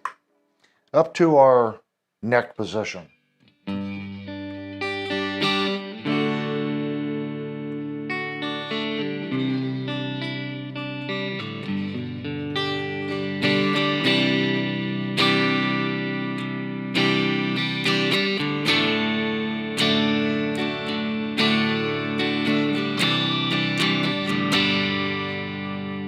It's very airy sounding.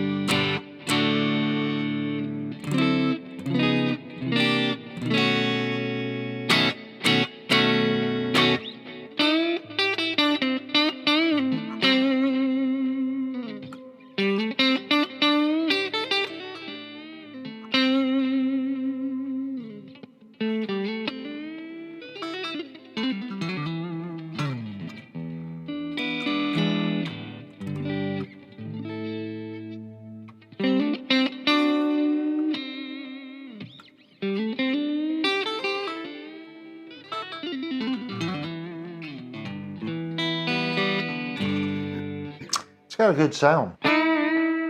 Bridge position.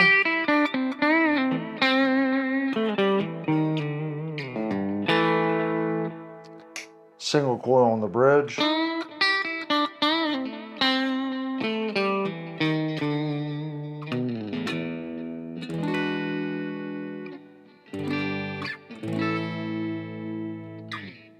It's got a good sound.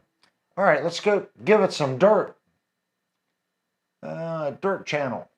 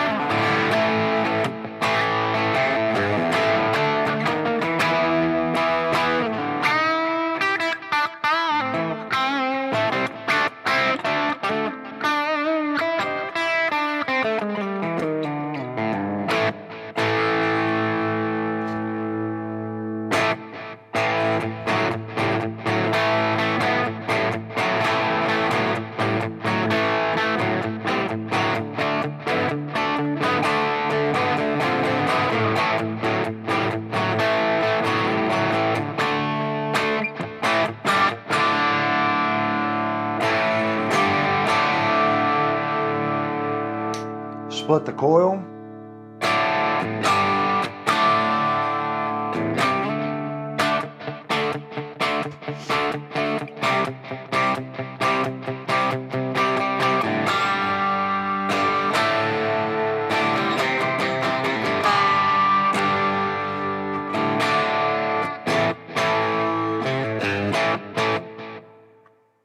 Up to our second position.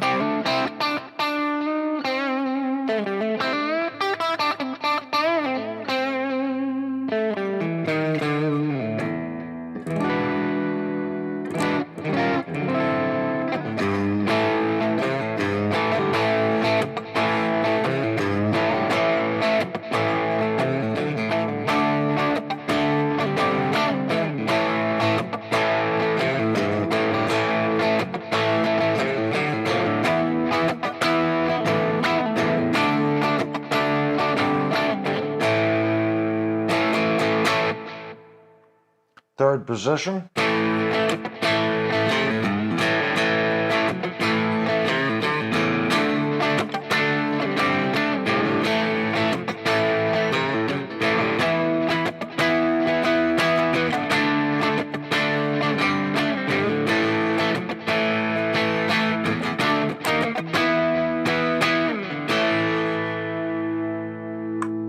Fourth position.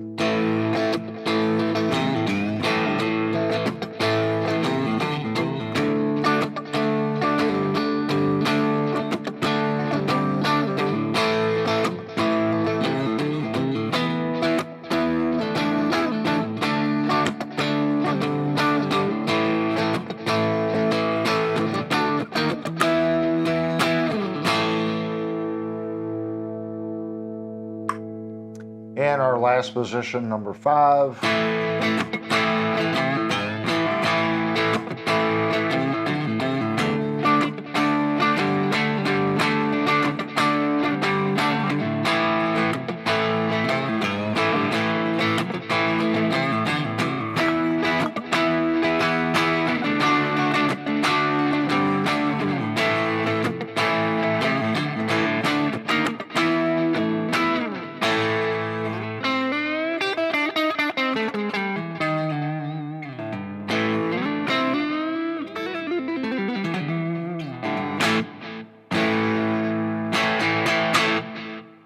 It's got a good sound, guys. Let's go to a high gain. High gain channel. We're going to start out in our bridge.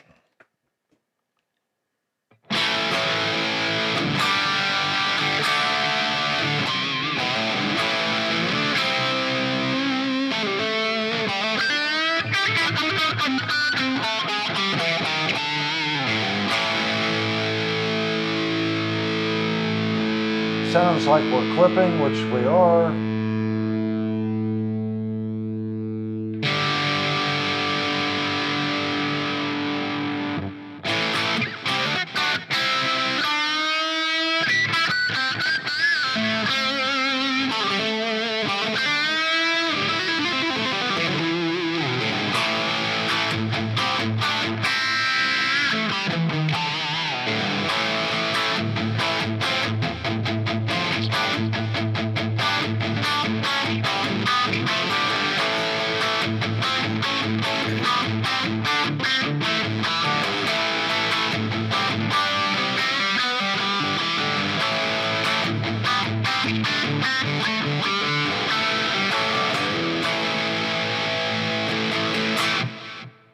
Let's change settings here. Let's go to this one.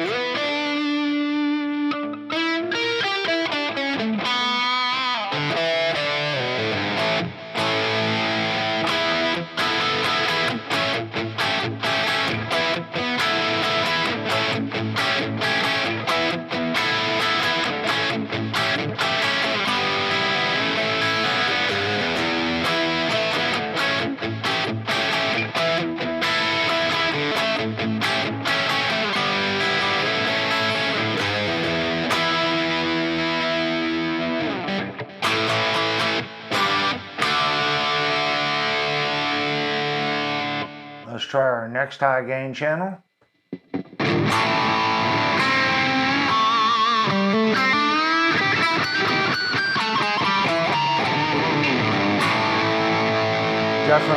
Definitely overgained on that one. Hold on.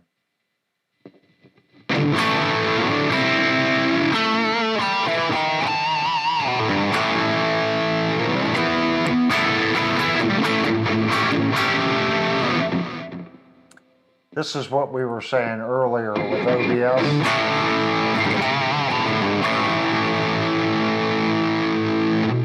get the output right, guys.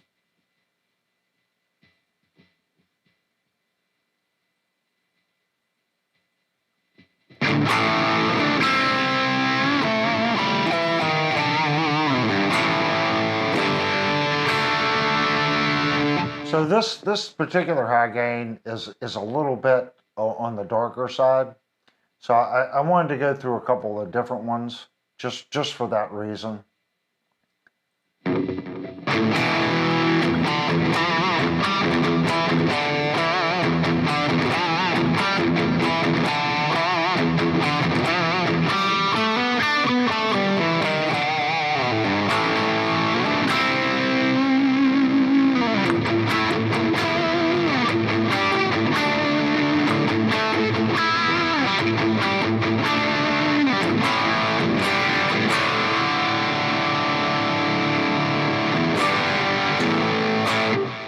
It has a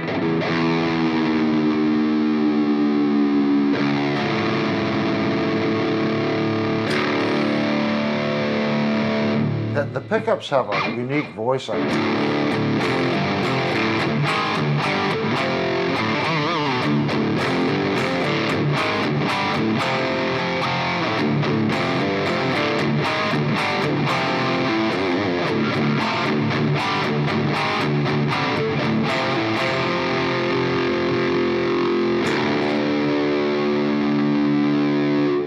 It can be dark. If we switch it back to this one, now this is a brighter setting.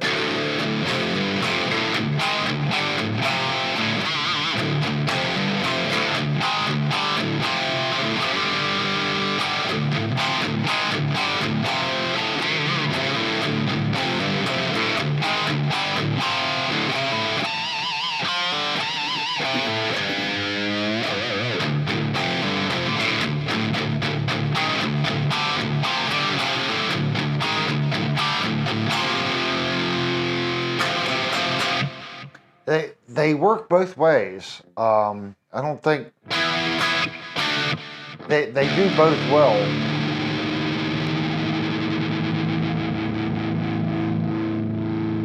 So as soon as we go back,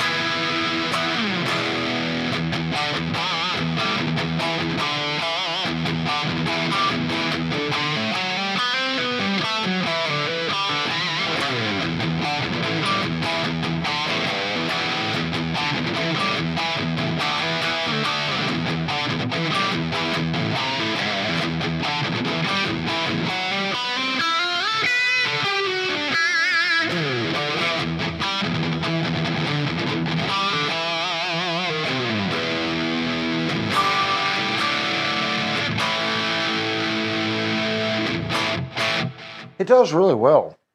I'm highly impressed. Like I said, I'm not familiar with this pickup brand.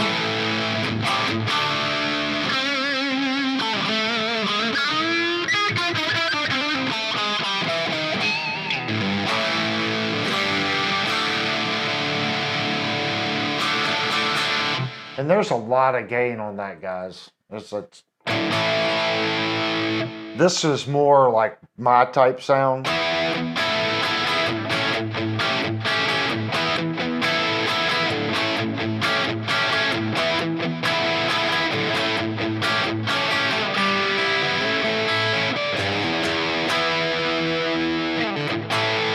There's still a lot of gain there, but you can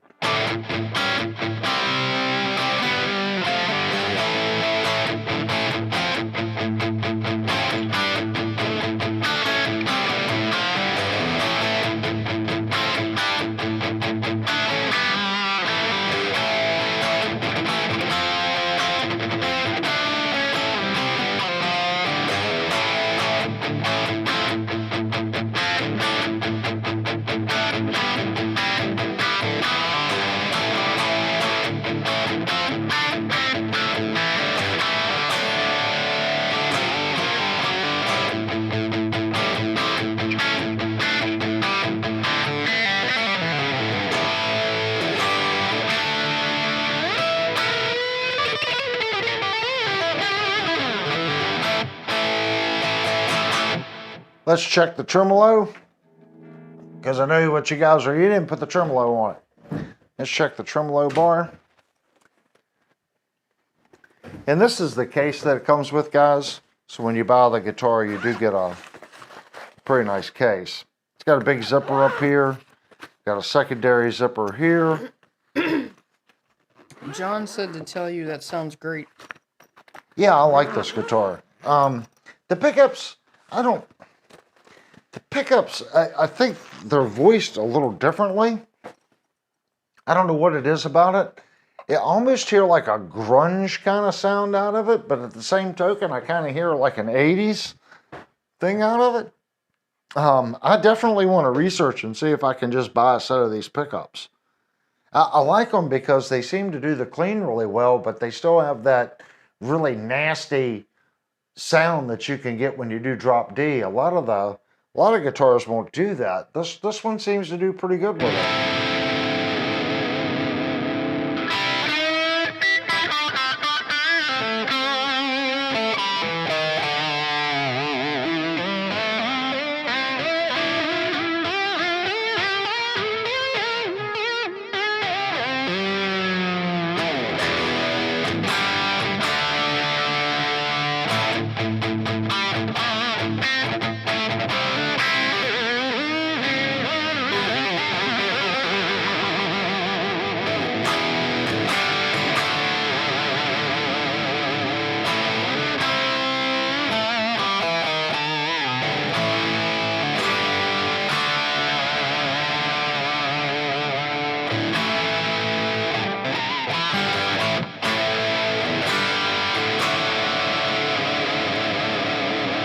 Feeling the bar,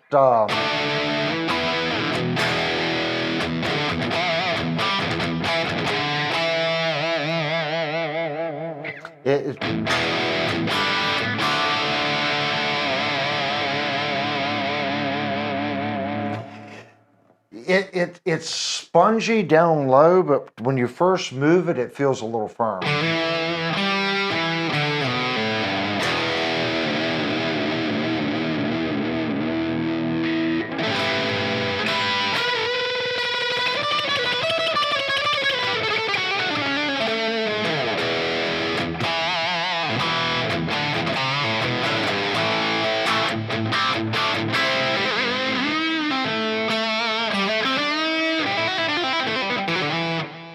And you can tell I'm not used to the height of the bar is a little different.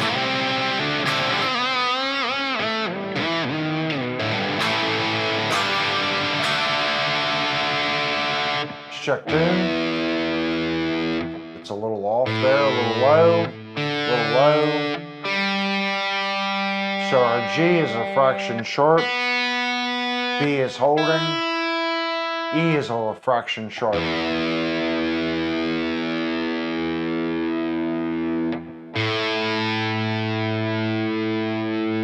Let's give it one more abuse test.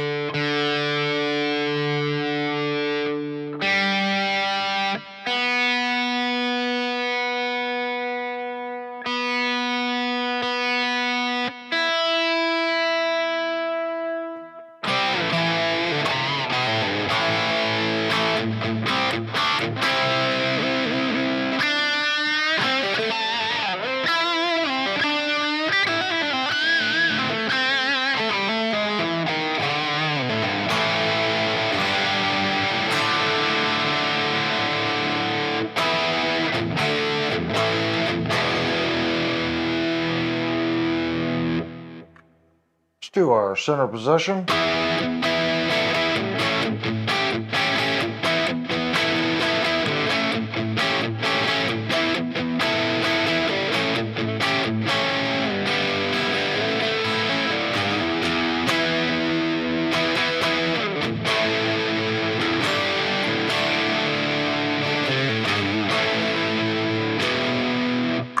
Neck position.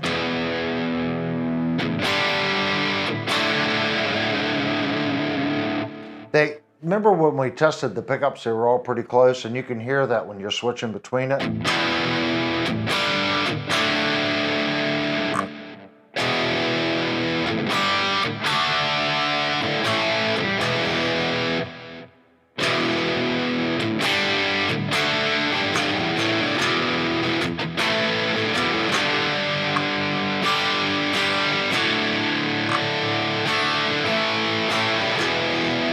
quite even.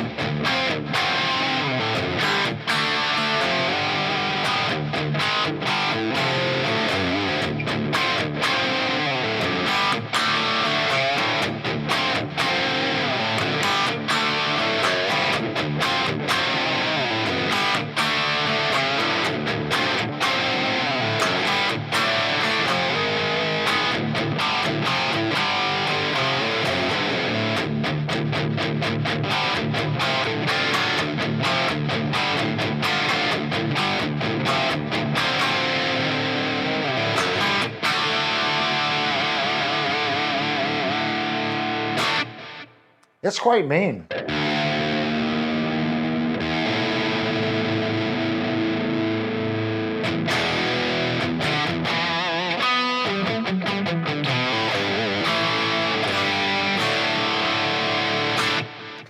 They're surprising because they're not it's not a high K rating pickup.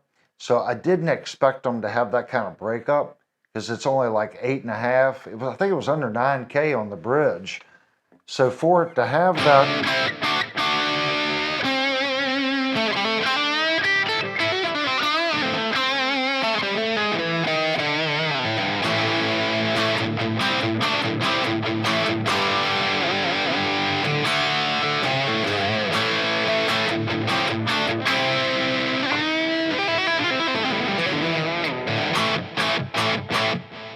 it seems to have a little bit more oomph than what I would expect out of the pickup.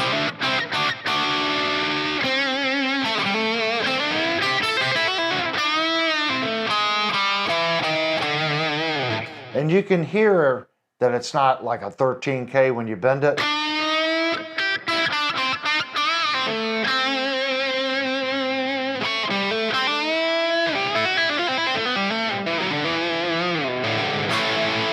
Because you get that, it's a cleaner sound.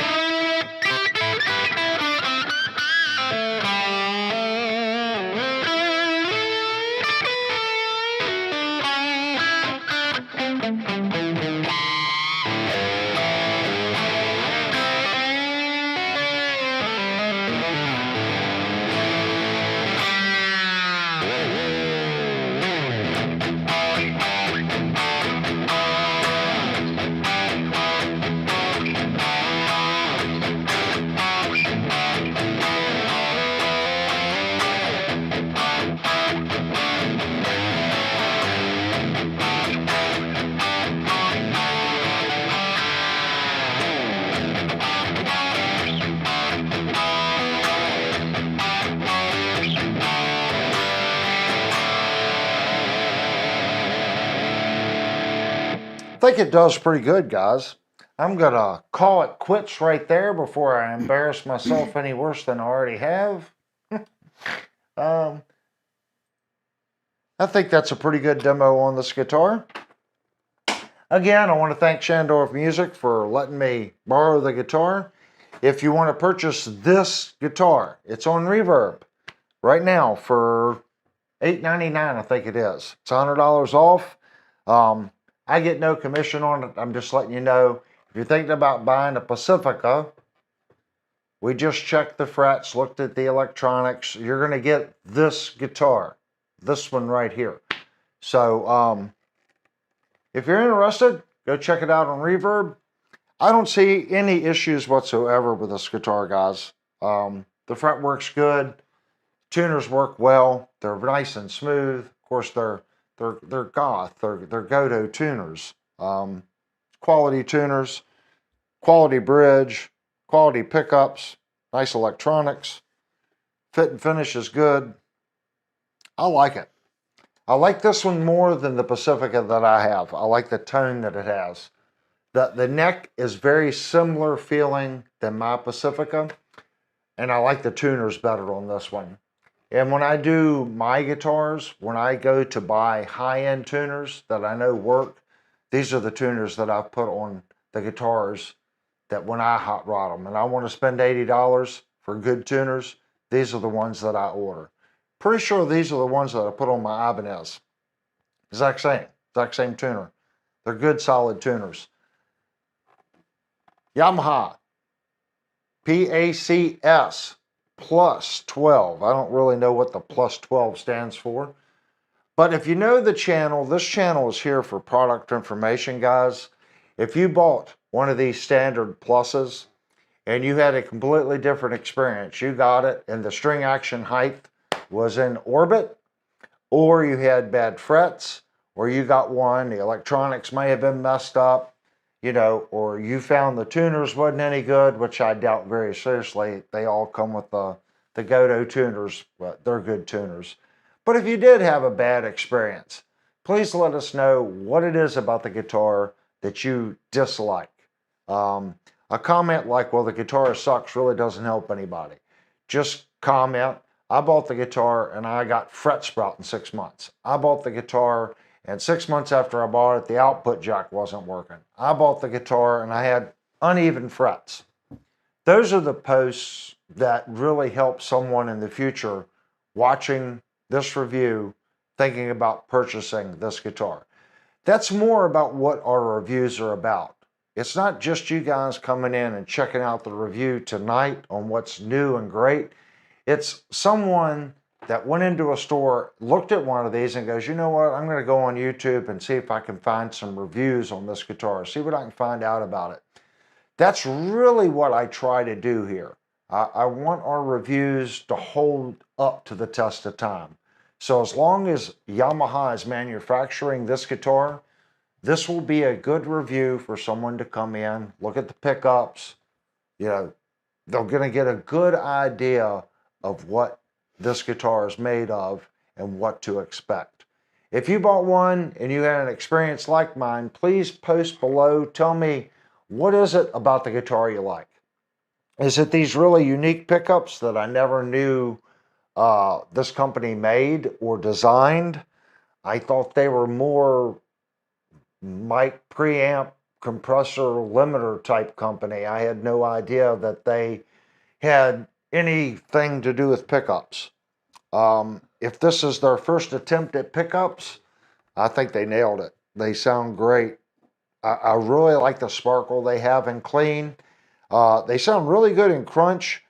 And in high gain, they've got that, I want to call it like an alternative kind of grunge tone, but yet I also hear some 80s tone.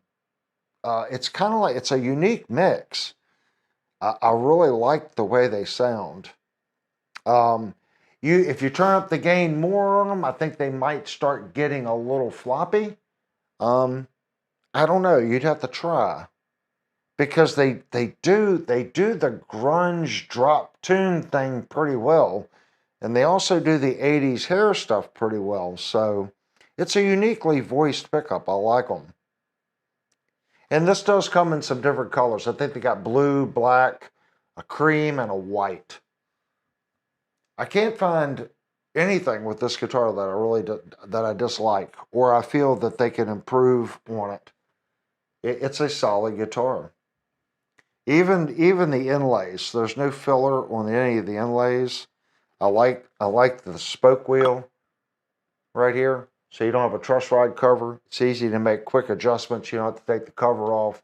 Little things like that I'm starting to notice on guitars. I live in an area where it gets, I won't say it gets like Michigan cold here, but it does get cold. And it doesn't get Florida hot here, but it does get hot. It was 102 out today. What value was the tone cap? 500K or 250? The tone cap on this guitar, I don't know. It was one of the green caps. So this is a humbucker single. So it's either going to be a .047 or a .033. And that's a complete guess. But just going by what a lot of manufacturers do, and it's probably most likely a 500K pot on both. That doesn't mean that's what it is. I forgot to look. A lot of single coil type guitars, they'll do a .022, maybe a .033, and they'll put 250 K pots in it. Humbuckers is usually 500 with either a .033 or 047.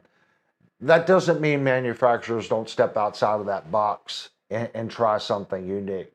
The way the pickup is voiced and the single coils, I'm going to say it's at bare minimum .033. It may even be a little more than a .047 because it has when you put gain in it, it gets a darker sound to it. I don't know.